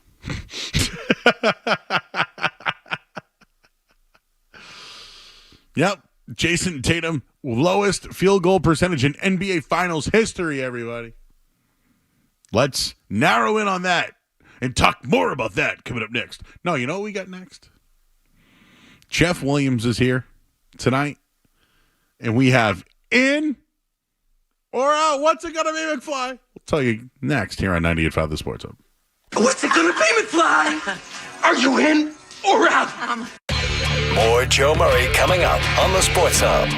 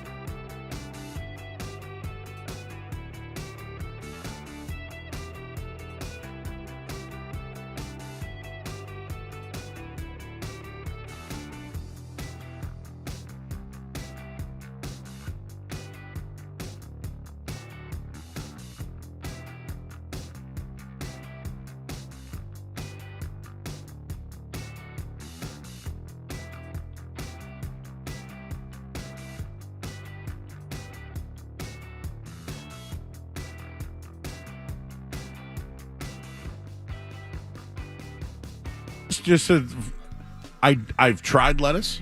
I've got tacos from Taco Bell before with lettuce on it, and I ate it and immediately got sick. It's something that goes into my body and then exits immediately through my mouth. I've tried. I've put as much dressing on.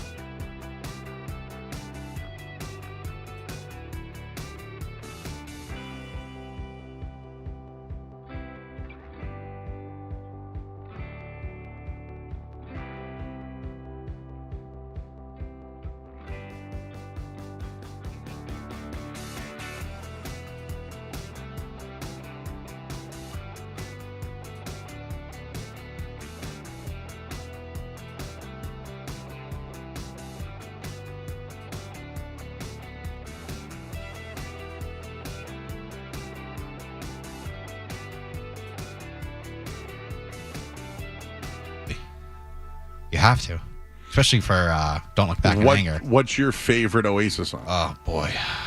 Slide Away and probably Champagne Supernova. Okay. So we went to an establishment nearby before the show, and I got an order of mozzarella sticks. They came out on a bed of shredded lettuce. I immediately thought like this was like a rib. Like this was a joke. So I immediately thought of you, tagged you on Twitter, showed you the picture. I saw it. I'm going to share it right now. So are you in or out on lettuce near your mozzarella sticks? We know where you stand. Okay, so you know I'm out. That's easy. That's the easy part. But it was so weird because like everyone can like say like it was like a garnish type thing, but it was like it's like the lettuce you get on, a Taco Bell taco or a Big Mac. Here's the deal. When it comes to mozzarella sticks, right? Why are we even attempting green near it? Well, I understand, like, putting a little cilantro on it, maybe. Cilantro on mozzarella sticks? Like green onion razzle dazzle. I want my breaded cheese. Here we go. Toasted with whatever sauce they give. What does that called? What is that? Marinara? Yes. That's it. Marinara, cheese, breaded. A little Parmesan sprinkled on them. Nothing else goes near that. Nothing. Matzo sticks. Sauce for dipping. Now, will you share the dipping sauce in or out? Nope, out. I'm telling you, it's the same thing. Wow. So if we got a round of mozzarella sticks, you better give me my own. And they sauce. only bring one. No, I'm asking for another one. Would you take it and dump your own in there? Yeah, maybe if it was a big enough like thing, I would probably like pour some on a plate. How about when you go out to a Polynesian restaurant? The duck sauce or the sweet and sour sauce. Do you share it? Do you put a spoon in it? And yep, I put a little on my plate. That's okay. That's okay to share. Well, I'm not putting the spoon in my mouth and then digging in. Like, you understand? But the spoon may have already been in someone's mouth. No. I will use a clean spoon that hasn't been touched by anybody else. Cheese in lettuce or garnish are not associated. I watched The Bear, right? The Bear. I watched The Bear and that show because they showed they did a lot of how to prep and all that stuff. Where is the vegetable to the cheese? They're nowhere near each other. I worked at a McDonald's. I don't really remember much vegetables when I worked there, but that doesn't matter. It's besides the point. Cheese and green, nowhere near. Out. But yeah, when you saw that, you were pissed. What happened? Well, I wasn't like mad because it's not like it affected me because I don't mind lettuce. I'll eat lettuce, you know. I just thought it was hilarious that like we had talked about this before, and it wasn't just like a little garnish. It was the shredded. Do you know what it looked like? It looked like someone ate a side salad, and then they put the mozzarella sticks on it and served you. Mm-hmm. Out. I would have been like, sir, ma'am, madam, whoever. Contaminated.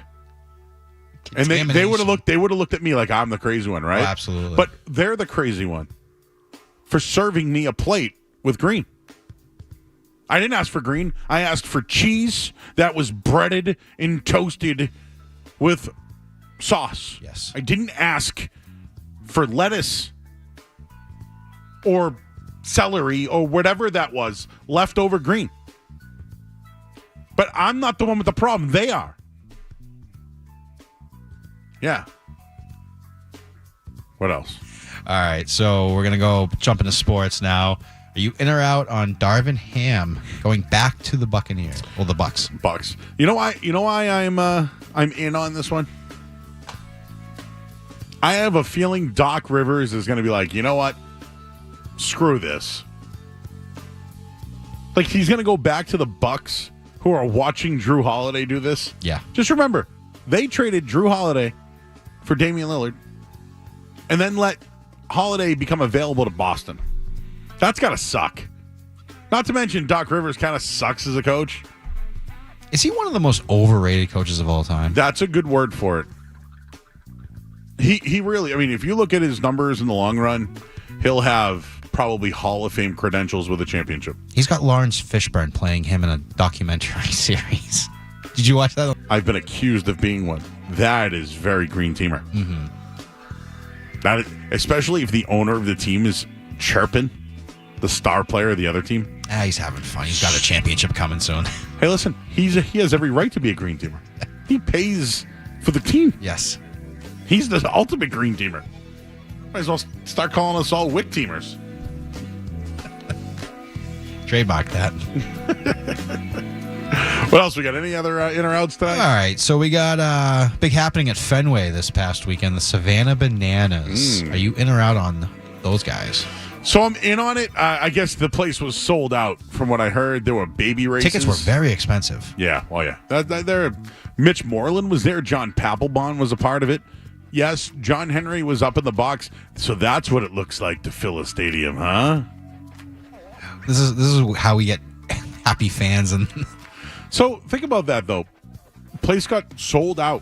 Tickets were expensive, and people still came. You got to see some of the old favorites, right? And everyone had fun. The Savannah Bananas they're an act. It seems like it's enjoyable. They're a circus act. That's great. Yep.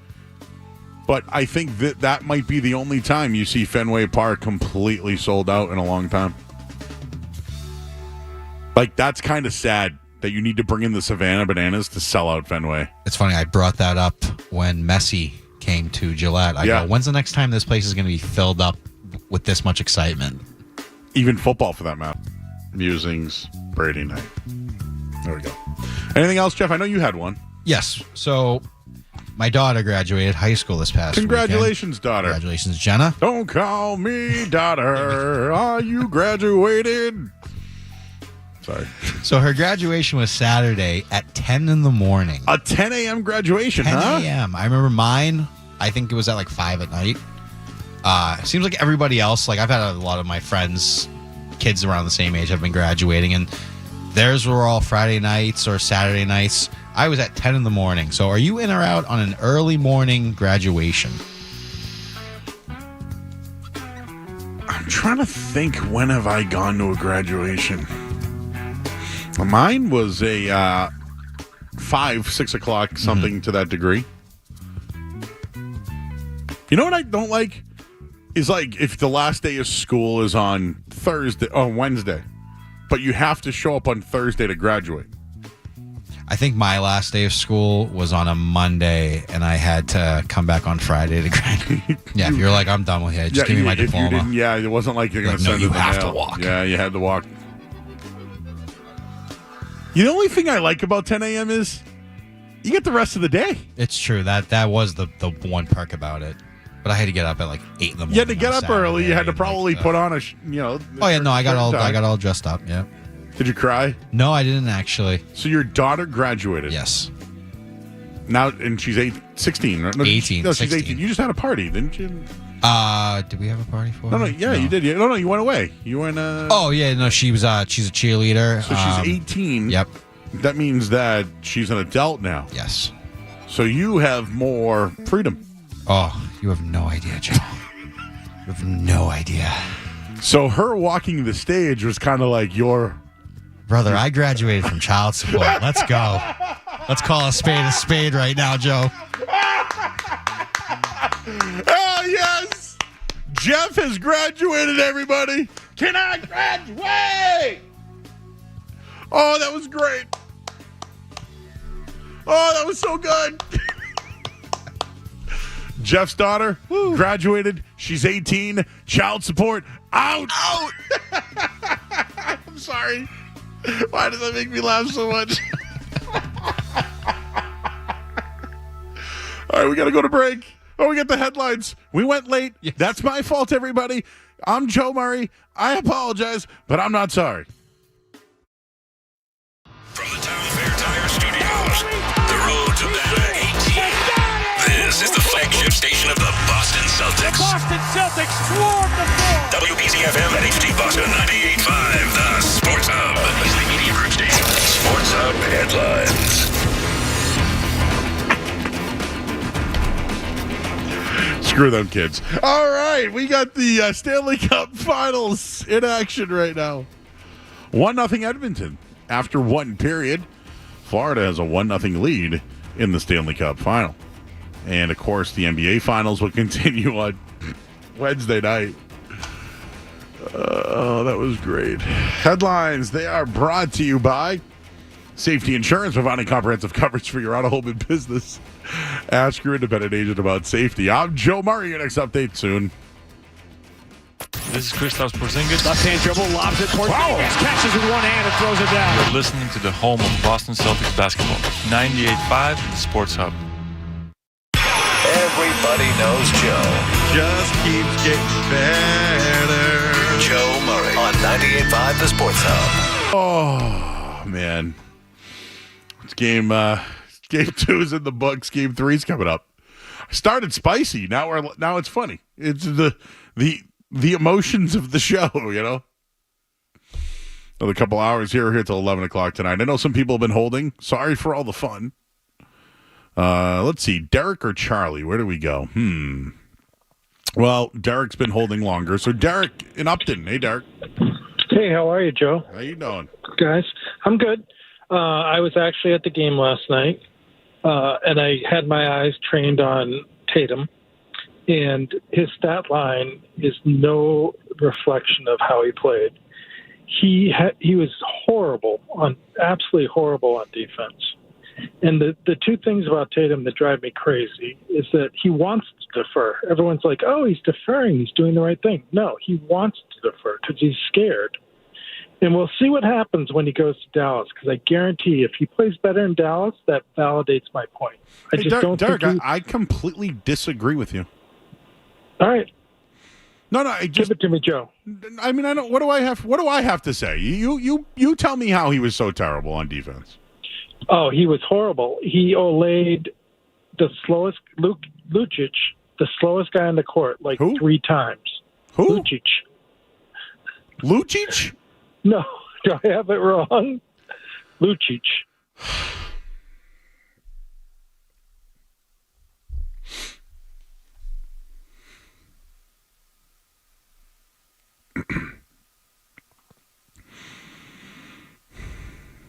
Okay. This is making my point about uninformed, lazy, not doing their research, just saying what they want without any information behind it. I'm not knighting for Jason Tatum. But if you don't know the guy's name and you want to make a point about how terrible he was, I can't buy that. Were you wondering too, Jeff, what was going on there? We're talking hockey? That just went like up and down, all different directions. I think he struggled mightily shooting the basketball. But as far as defense goes, I mean, he is playing the power forward position on defense. I don't think he's been that bad at all, actually. Charlie, what are your thoughts on Jason Tatum in Watertown? Yeah, hi, Joe. Yeah, so I was amongst a lot of people that were concerned about his shooting issues, but you know what? I'm not so concerned anymore. And you know, one thing that I think we're going to say this after they win the championship, but he, before our eyes, during the biggest stage, transformed and matured his game to the point where he put us at the precipice of a world championship. And I think he's going to get so much more credit for his performance than he probably would have if he dropped 40 points in both of the first two games. And so I just think his game grew before our eyes, and I think in the long run, I think it's going to help him and the team. And one of the other things that I wanted to mention, and I don't know if people have noticed it, but when he comes back on defense... Have that one yet, Jeff? I'll look for it if I can find one. That might be the dollar card that you get at like $2 for $1 at the dollar store. Hey, cards are expensive these days, man. You notice that? Cards are wicked expensive. You can still get the 99 shoebox somewhere, but... You know, Joe, you go with the small one. It says it's got the meaning on it. So a quick recap of the weekend. Went to the Cut, Joe. Mm-hmm. Great venue. That was so much fun up in Gloucester. But I had a bad time. They served me a menu with the bar bites that I was waiting for, but said we can't serve them at where you are in the restaurant. You got to go in the back where the pool table is to get the bar bites. Wait but you couldn't get them where you were sitting. They gave you a menu, but then told you have to go somewhere else to eat it? Right, because the show was on and it's a Saturday night and it's not after 11. I looked at them. They gave me the menu. I couldn't get what was on the menu, so I had to get something else. And then we got drunk because I had salad with something. Bad idea. The salad got you drunk, right? Yeah. The salad with the 3 margaritas. But anyways, but the venue was great, Joe. One margarita, had a great time. 2 margaritas. Oh, sorry. Go ahead. I'm sorry. And finally, you know what? I know I'm not supposed to say it, but give me a team and give me Luka. I love watching him. If I was Philadelphia, I would talk to Cuban and see if we could get him. Because him and Embiid or him and anybody that could help him would be something to watch. The guy's a gamer. I'm sorry. I love Tatum. I love his all-around game. But if you want to be the man, you got to beat the man. Well, I'll tell you this, JP. Kobe didn't do it. If he was so good, he'd do it by. If he was so good, he'd do it by himself. Right. For real, right? Am I wrong on saying that? No, I know you're not supposed to say it. Tatum's a good man, but we can say it. No. Everyone wants to criticize Jason Tatum for not being the number one star, but Luka Doncic is, and his team, he can't do enough. He needs help, right? He needs more help. Absolutely. So, shame on Luka. He can't do it himself. Shame on him. He's carrying a heavy load there. That guy gained for the whole 40 minutes. Yeah, but if he was so good, he didn't need everybody else. Like he still needs them. They got to get some players. You're right, JP. Thank you. Right? He's the best in the league. If he was so good, he'd win it all himself. I'm thinking Luka and Embiid might be just bad for both parties involved. They're both the laziest players in the NBA. They're both great. Like Luka will introduce Embiid to that native dish that he eats that's just full of cheese and cream. Give Joel Embiid all the cream. We got to go to break. I'm Joe Murray here on the Sports Hub. Don't go anywhere. There's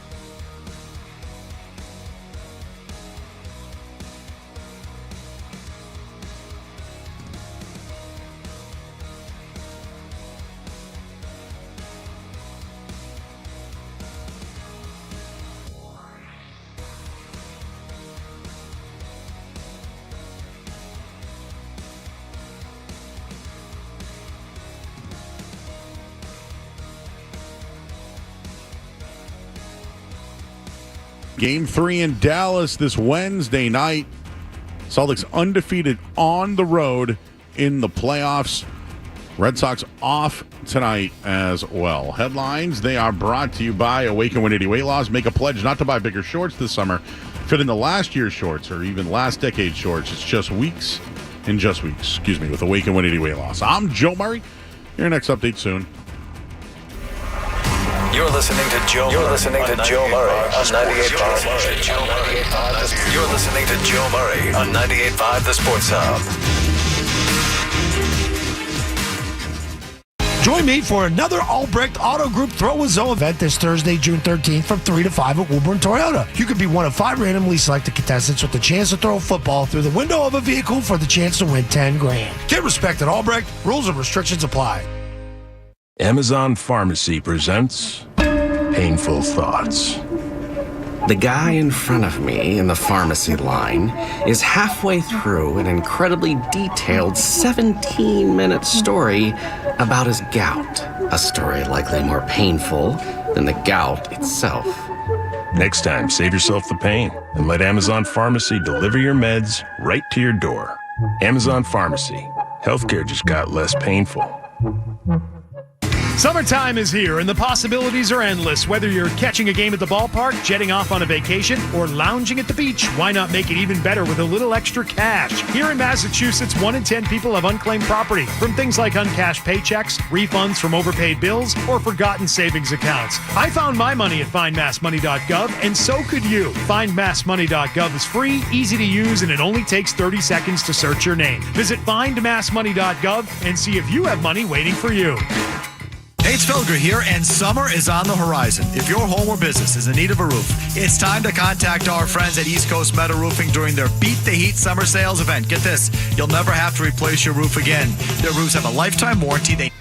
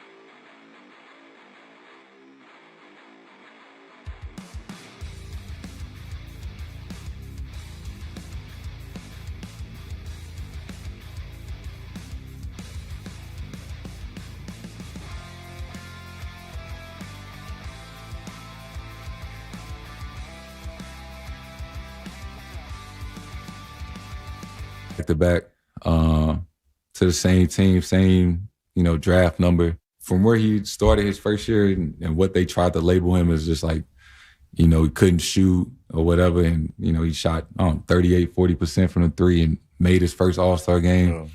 I couldn't have been happier for him.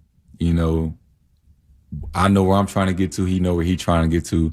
And we trying to figure out together. But it's, in a way, we pushing each other. Mm-hmm. Like, it had been times where he done something in a game. And it's not like, and I'm thinking like, damn, like, I'm trying to do that. And it's been things I did where he told me like, yo, like, so like we everything we do, we compete in a good way. Like I'm pushing him, we playing one-on-one after practice. We two of the hungriest players in the league.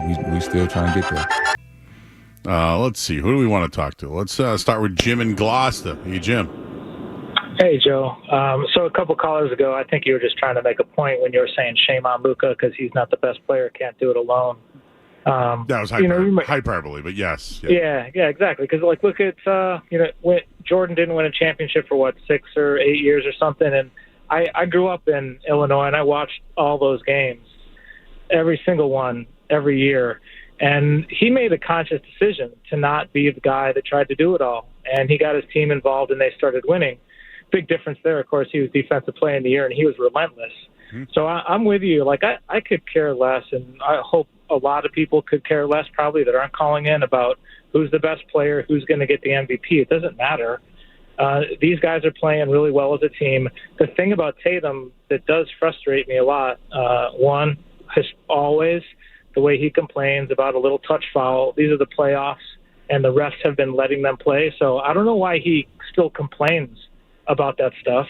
Secondly, and last point, defense requires a lot of will and effort, and there are times when he just lets guys go by him. I mean, why can't he step it up and be that all-around relentless defensive player Jim, as well as he does offense? Can you give me in a point where that has happened?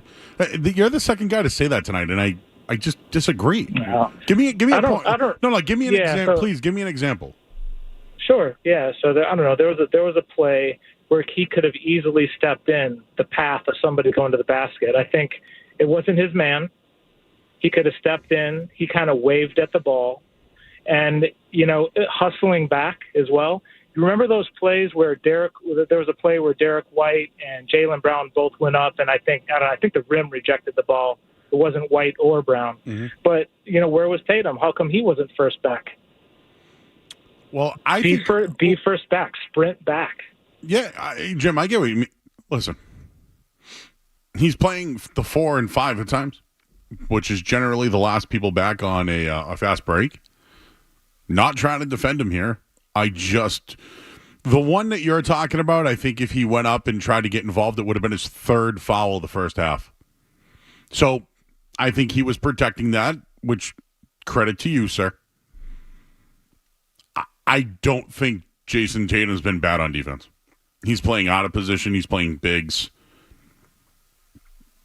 I would probably say the shooting, the turnovers would be 1, 2, and him missing free throws would be 3. Definitely not defense for me. Armagon. What's your name, sir?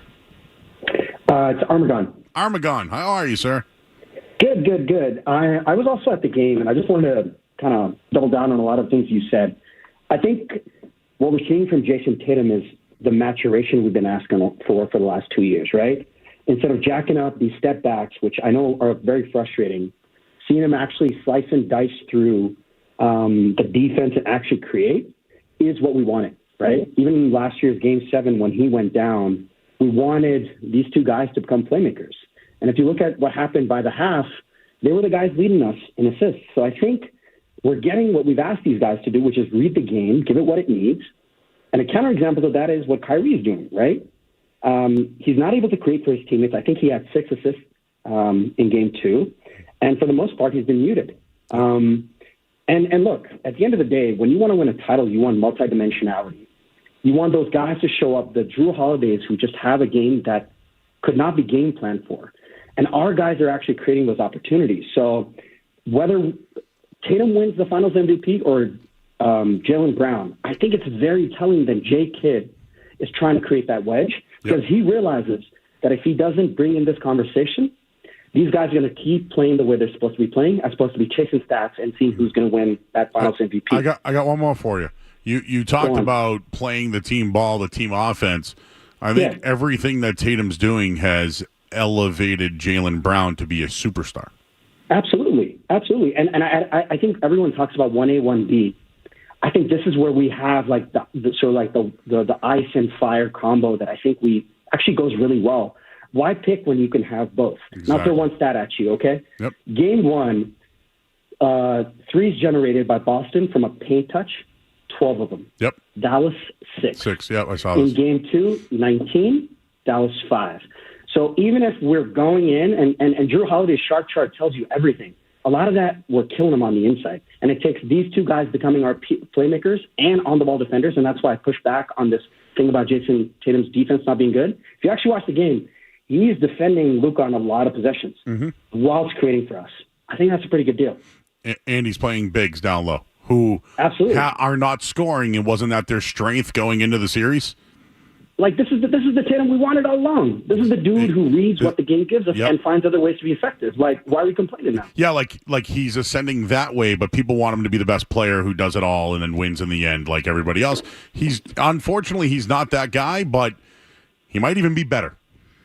For some reason, we think that he needs to be a KD for us, score 50 points on a pull-up three, just walking the ball up, when he can fill up the stat sheet. And play defense.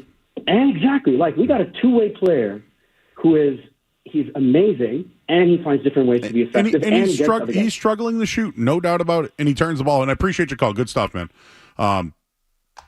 Just the storylines, it's not Tatum and Brown. They're playing defense. Their 2 star players they got in the offseason have made the team so much better, have won both games, and now playing a little bit less of an isolation basketball game. The team has become so much better where Jaylen Brown can now get into the paint and is ascending. And his maturation is the real big story. With Tatum taking a little bit of a step back, Brown's now risen, but they're both great to have. We get the musings coming up next. I'm Joe Murray in this hour. The sports is brought to you by Valvoline. It's an oil change. Enjoy quick and convenient vehicle maintenance this month. Visit knowingandoilchange.com for 15% off your next drive-through oil change in Rainham, Reading, and Braintree. I'm Joe Murray. Musings next. More Joe Murray coming up on the Sports Hub.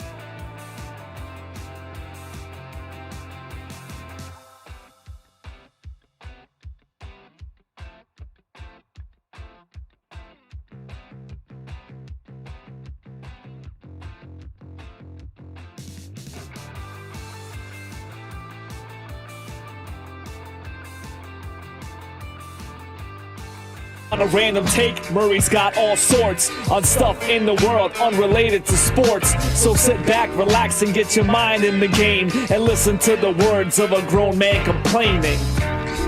The voice of Mark Feldman, who's here tonight, doing some work on the digital side of things. Maybe you'll see a reel or something. I think you'd like to for a second here, Jeff, if you don't mind. Please do. Do you know how there's people who crap all over analytics? They crap all over. They call people nerds. Why do you use that stuff? It's changed. You ever heard people do that before? Oh, yeah, absolutely. I sometimes just gamble on numbers. Again, I look at the number 1.5 and I see Mavericks plus 1.5 and I'm like, what's up with that? Looks too good to be true.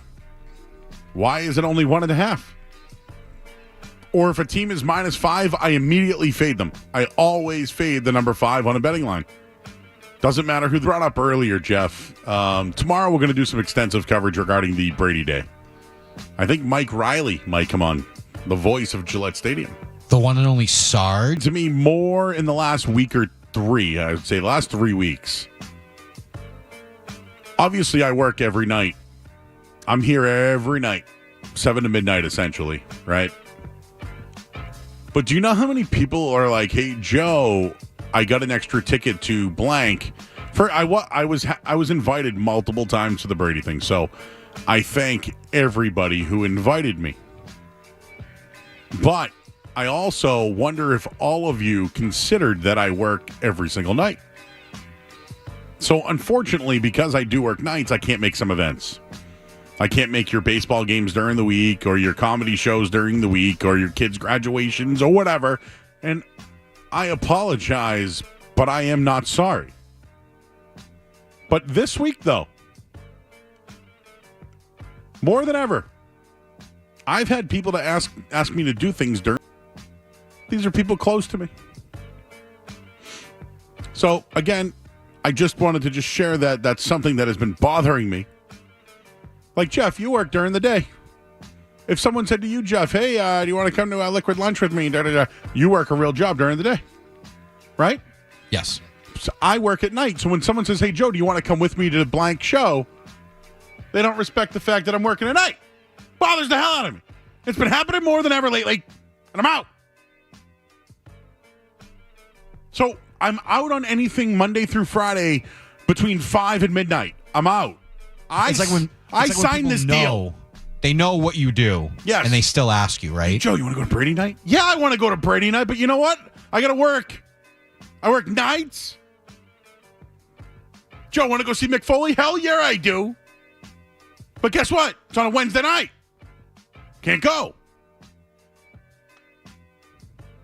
It's like when my daughter makes appointments and I have to be at, and she's like, "Yeah, it's at 11:30 in the morning." I'm like, I'm at work. You need to do these after 2:00. So that was just one thing. Also, I wanted to mention that 2007 on this date, I'm sure a lot of you were around a television. And it was the last episode of one of the greatest television shows of all time with one of the greatest main actors of all time. But The Sopranos ended on this date in 2000.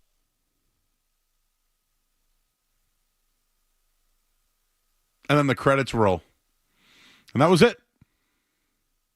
And back then we didn't have, imagine Twitter back then. 2007, I don't think it was ready yet. No, I don't believe so. Nope. We weren't as connected as we are today. Was that the Facebook back then? Or Facebook? What was it? MySpace? Facebook? Was that the big? I would say MySpace, yeah. MySpace, yeah. But you had the message boards and stuff too. I'm sure those were going nuts. But in 2007, today, it all ended. I'm still talking about it to this day. That's how good it was or bad it was. Do you feel like it's one of the best finales in TV show history? No.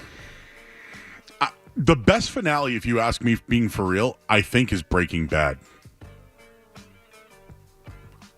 if you continue to watch El Camino and then Better Call Saul, you at least get some like closure. No, I agree with that. Right? Yeah. So I think it's Breaking Bad. I think that's the best ending of all time. I think those last 3 episodes probably the best in TV history. But there's been a lot of controversial endings. The Seinfeld one people hated, and I think hated it too. Curb did something right recently that was kind of like that. I thought The Wire was really good. The Wire was very good. You know what show I liked and never finished? 24. Life, I'm sorry, but I don't apologize. Like 83 million people saw the ending? Not me. Crazy. I'm not one of them. Not me, no. I don't even know if I was born yet. It was the same year I was born, but I don't know. Anyways, I went long today. I'm, get me some of that, We got to go to break. I'm Joe Murray here on 98.5 The Sports Hub.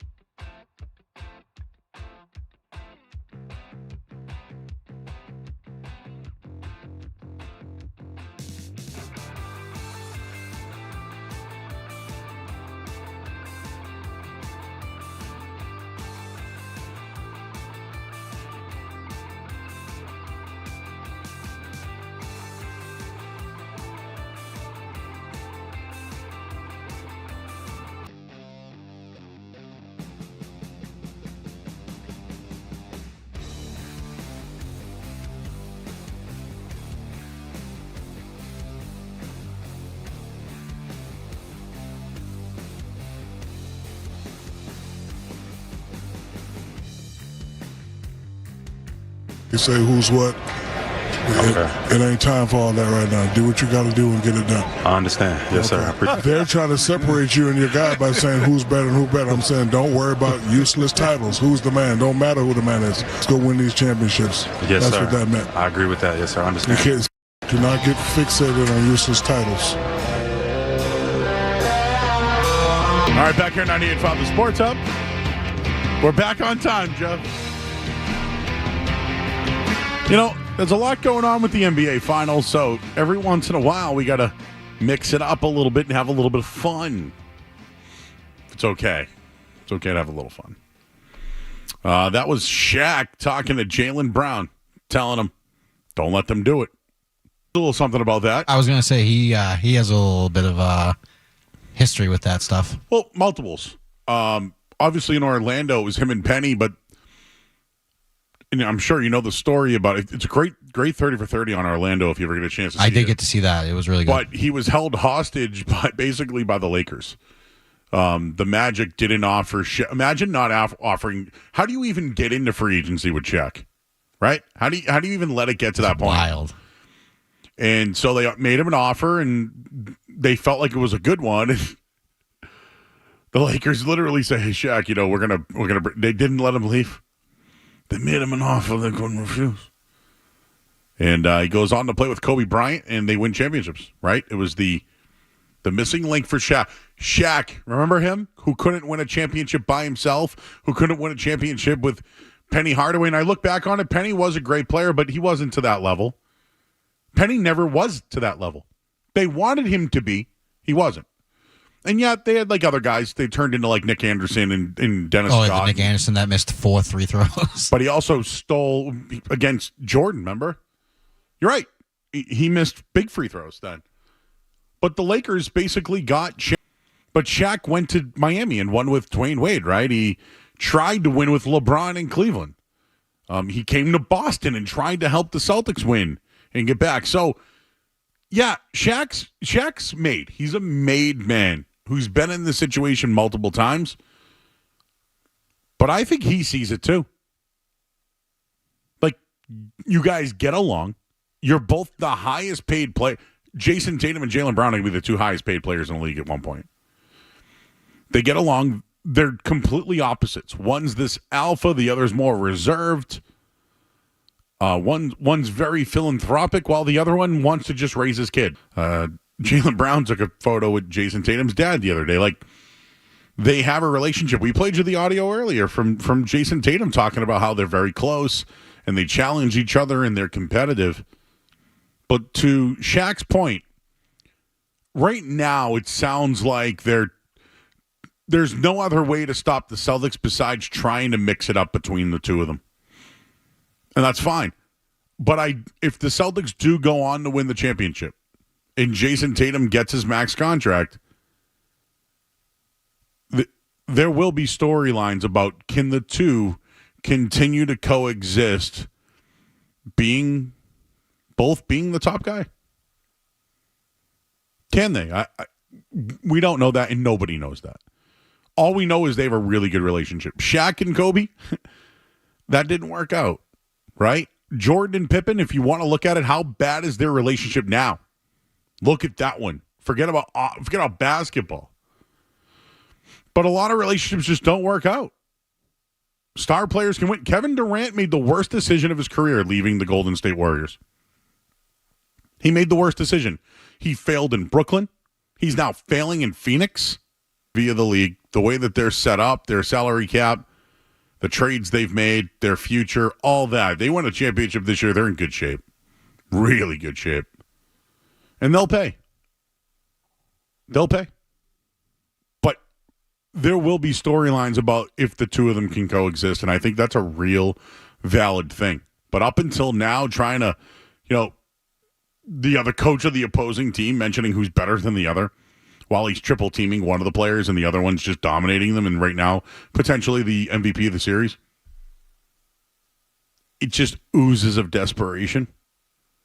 But I think Shaq sees it. He sees what's going to happen. He's probably foreshadowing maybe what will happen with these two. Listen, Brady and Belichick, right? Think of the greats of all time. Brady and Belichick had to break up. It's just something. Joe Montana left the 49ers. Peyton Manning left the Colts. Right? I mean, I don't think Mookie Betts wanted to leave Boston, but you know what? It happened. A lot of great players. When you play with other great players, it's hard to coexist. And I was glad Shaq said that to him, and I hope he took that one to heart a little bit. But nobody knows it better than Shaquille O'Neal. 617-779-0985. Richard is in Providence. Hey, Richard. Hey, Joe. How you doing?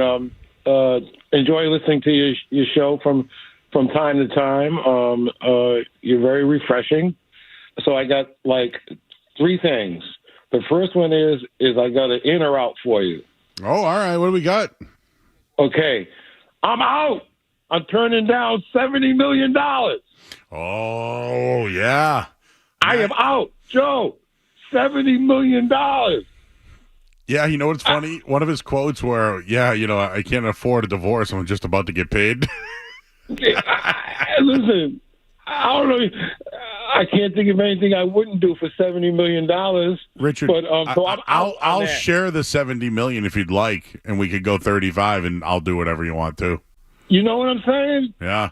Oh my God. $70 million. So $70 million to stay at Connecticut, where he'll deal with NIL. I mean, Gino R.E.M. has been there forever, so I mean, they might as well just rot away together.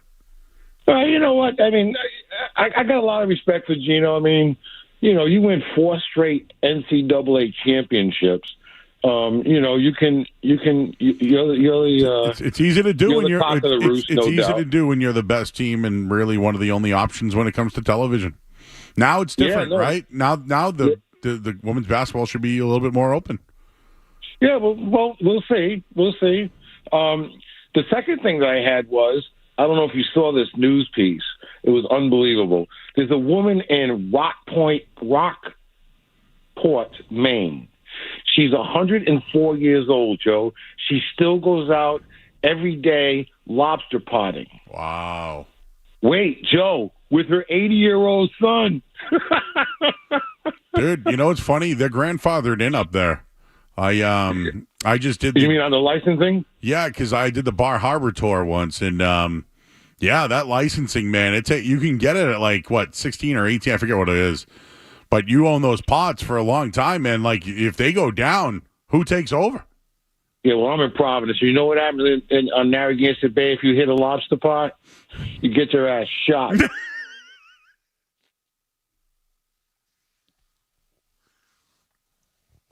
Do you know that guy, Riz? Riz? In the chat, Riz. Oh, that was funny. I don't condone anything he said, by the way. Rajiv in California. Hey, Rajiv. Hey, how you doing? You were just talking about the advice that Shaq was giving to Jaylen Brown. So I missed, I don't know how much the clip you had played, but like when he initially gave him that advice and they asked Jaylen, did you understand what he meant? And he's like, no. So then Shaq kind of literally sort of like break it down. And, basically he's like, regardless of what people are trying to do, like trying to break him up, like, like they were trying to do with, Shaq and Kobe, he's just like, look at the end goal, it's getting a championship, right? So I think as long as, people can keep their egos in check, because I know for Jaylen, it's always like he never gets any credit, right? Mm-hmm. But if they can keep the egos in check, I think we have a lot of championships to come down the road. Appreciate it, Rajiv. Thank you, sir. You're right. Funny.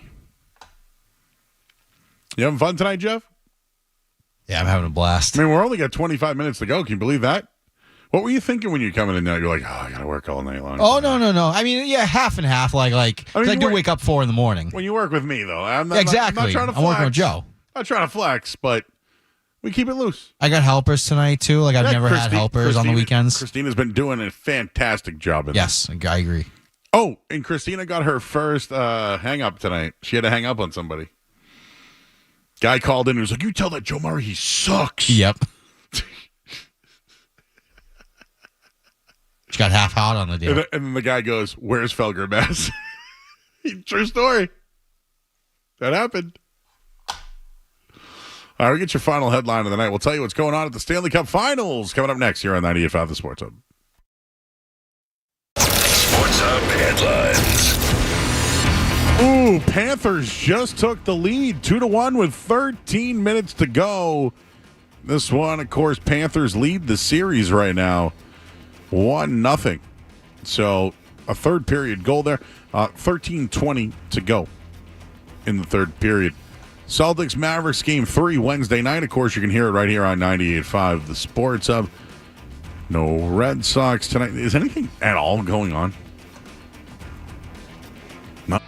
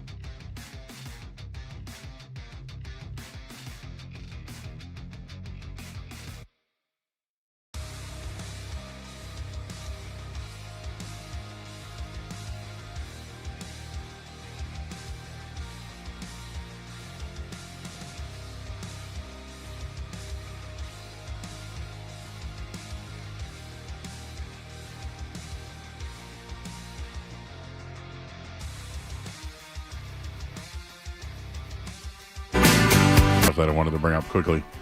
So the Mavs are favored. Believe that?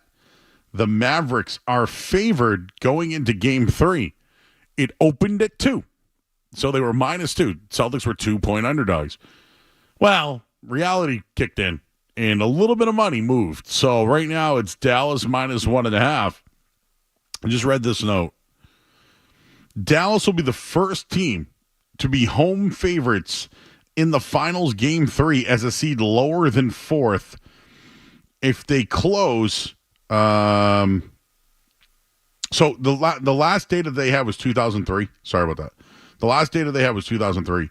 But this will be the lowest seed ever to be favored in the finals.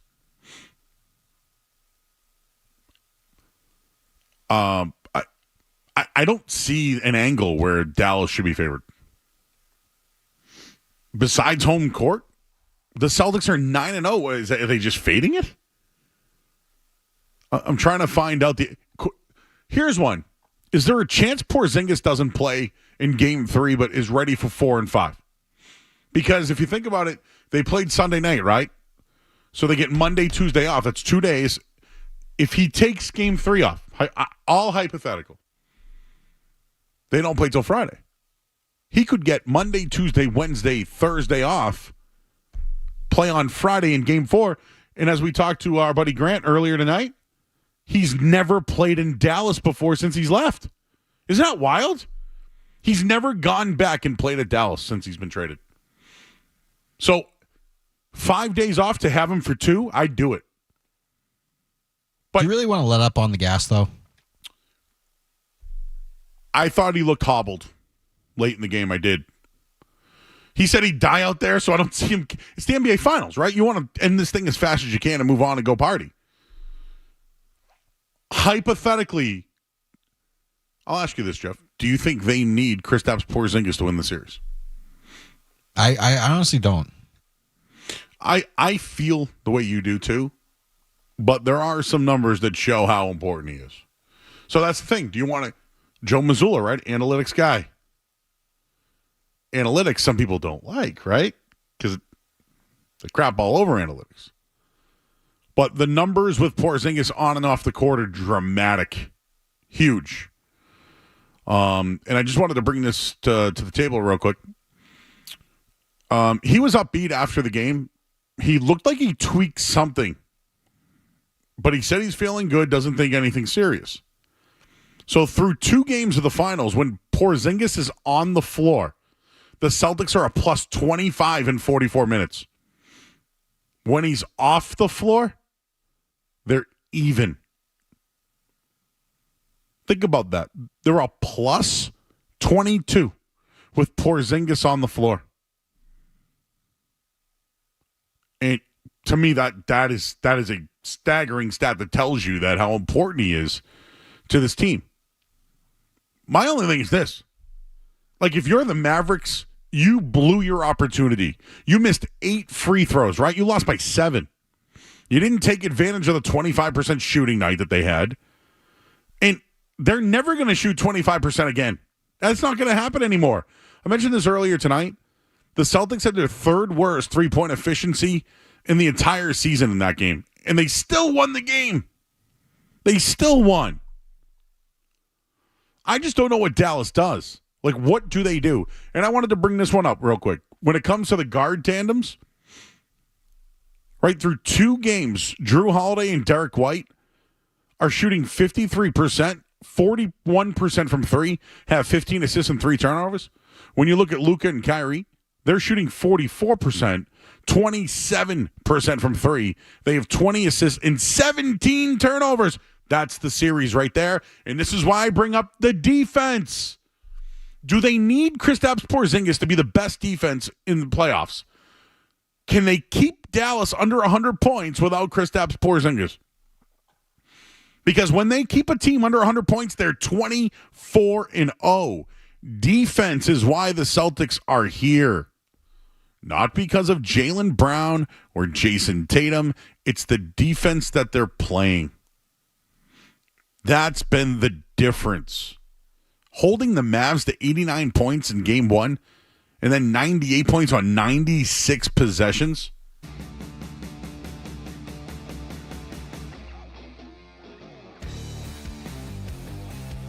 Well, other things, the Celtics were perfect in the restricted area.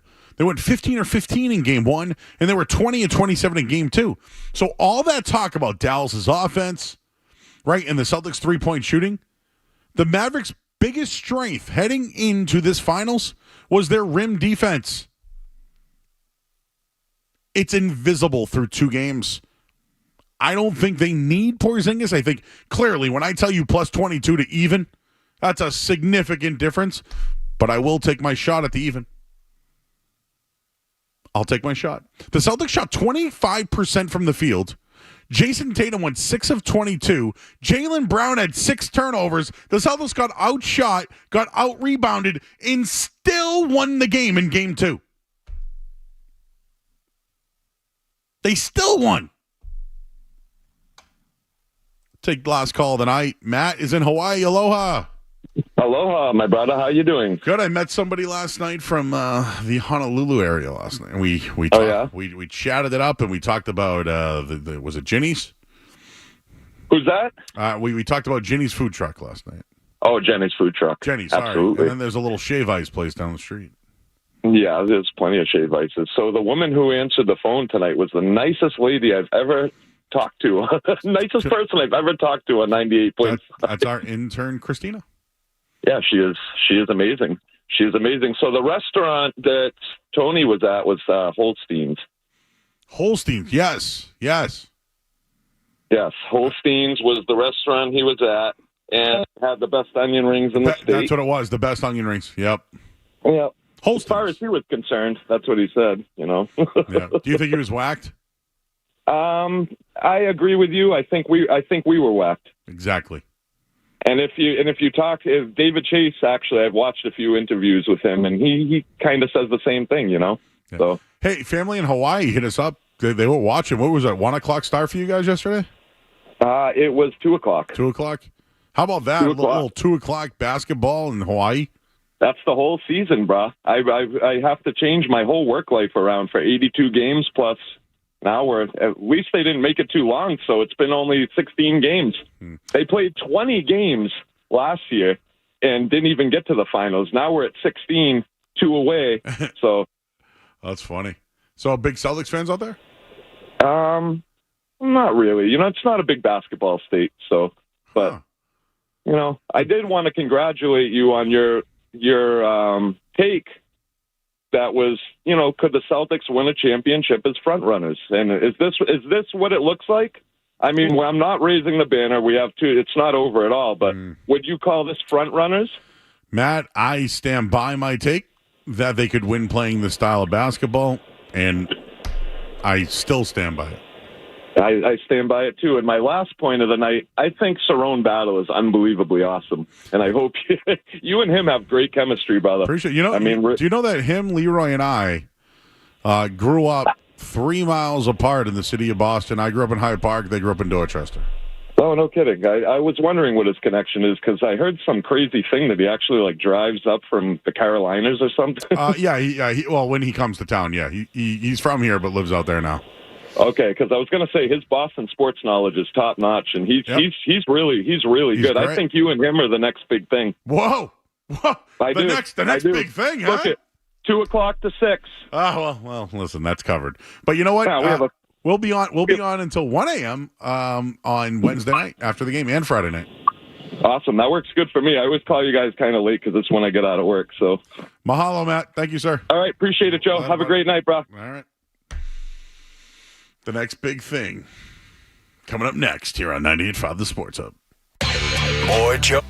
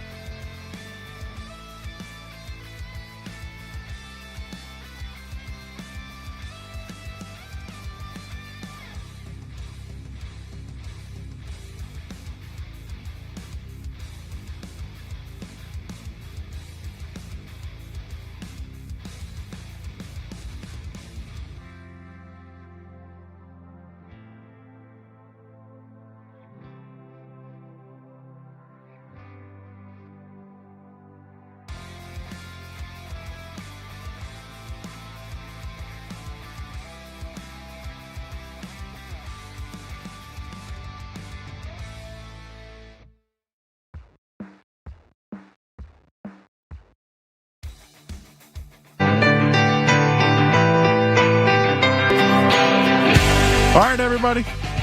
Thank you for joining us on the chat. Jeff Williams, you pitched an 8-inning complete game. You know why it's an 8-inning? No, why's that?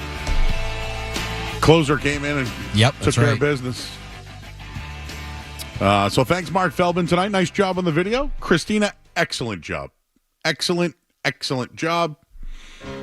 Jeff, great job again. Thank you, everybody on YouTube. We're back here tomorrow night. Skaz is back.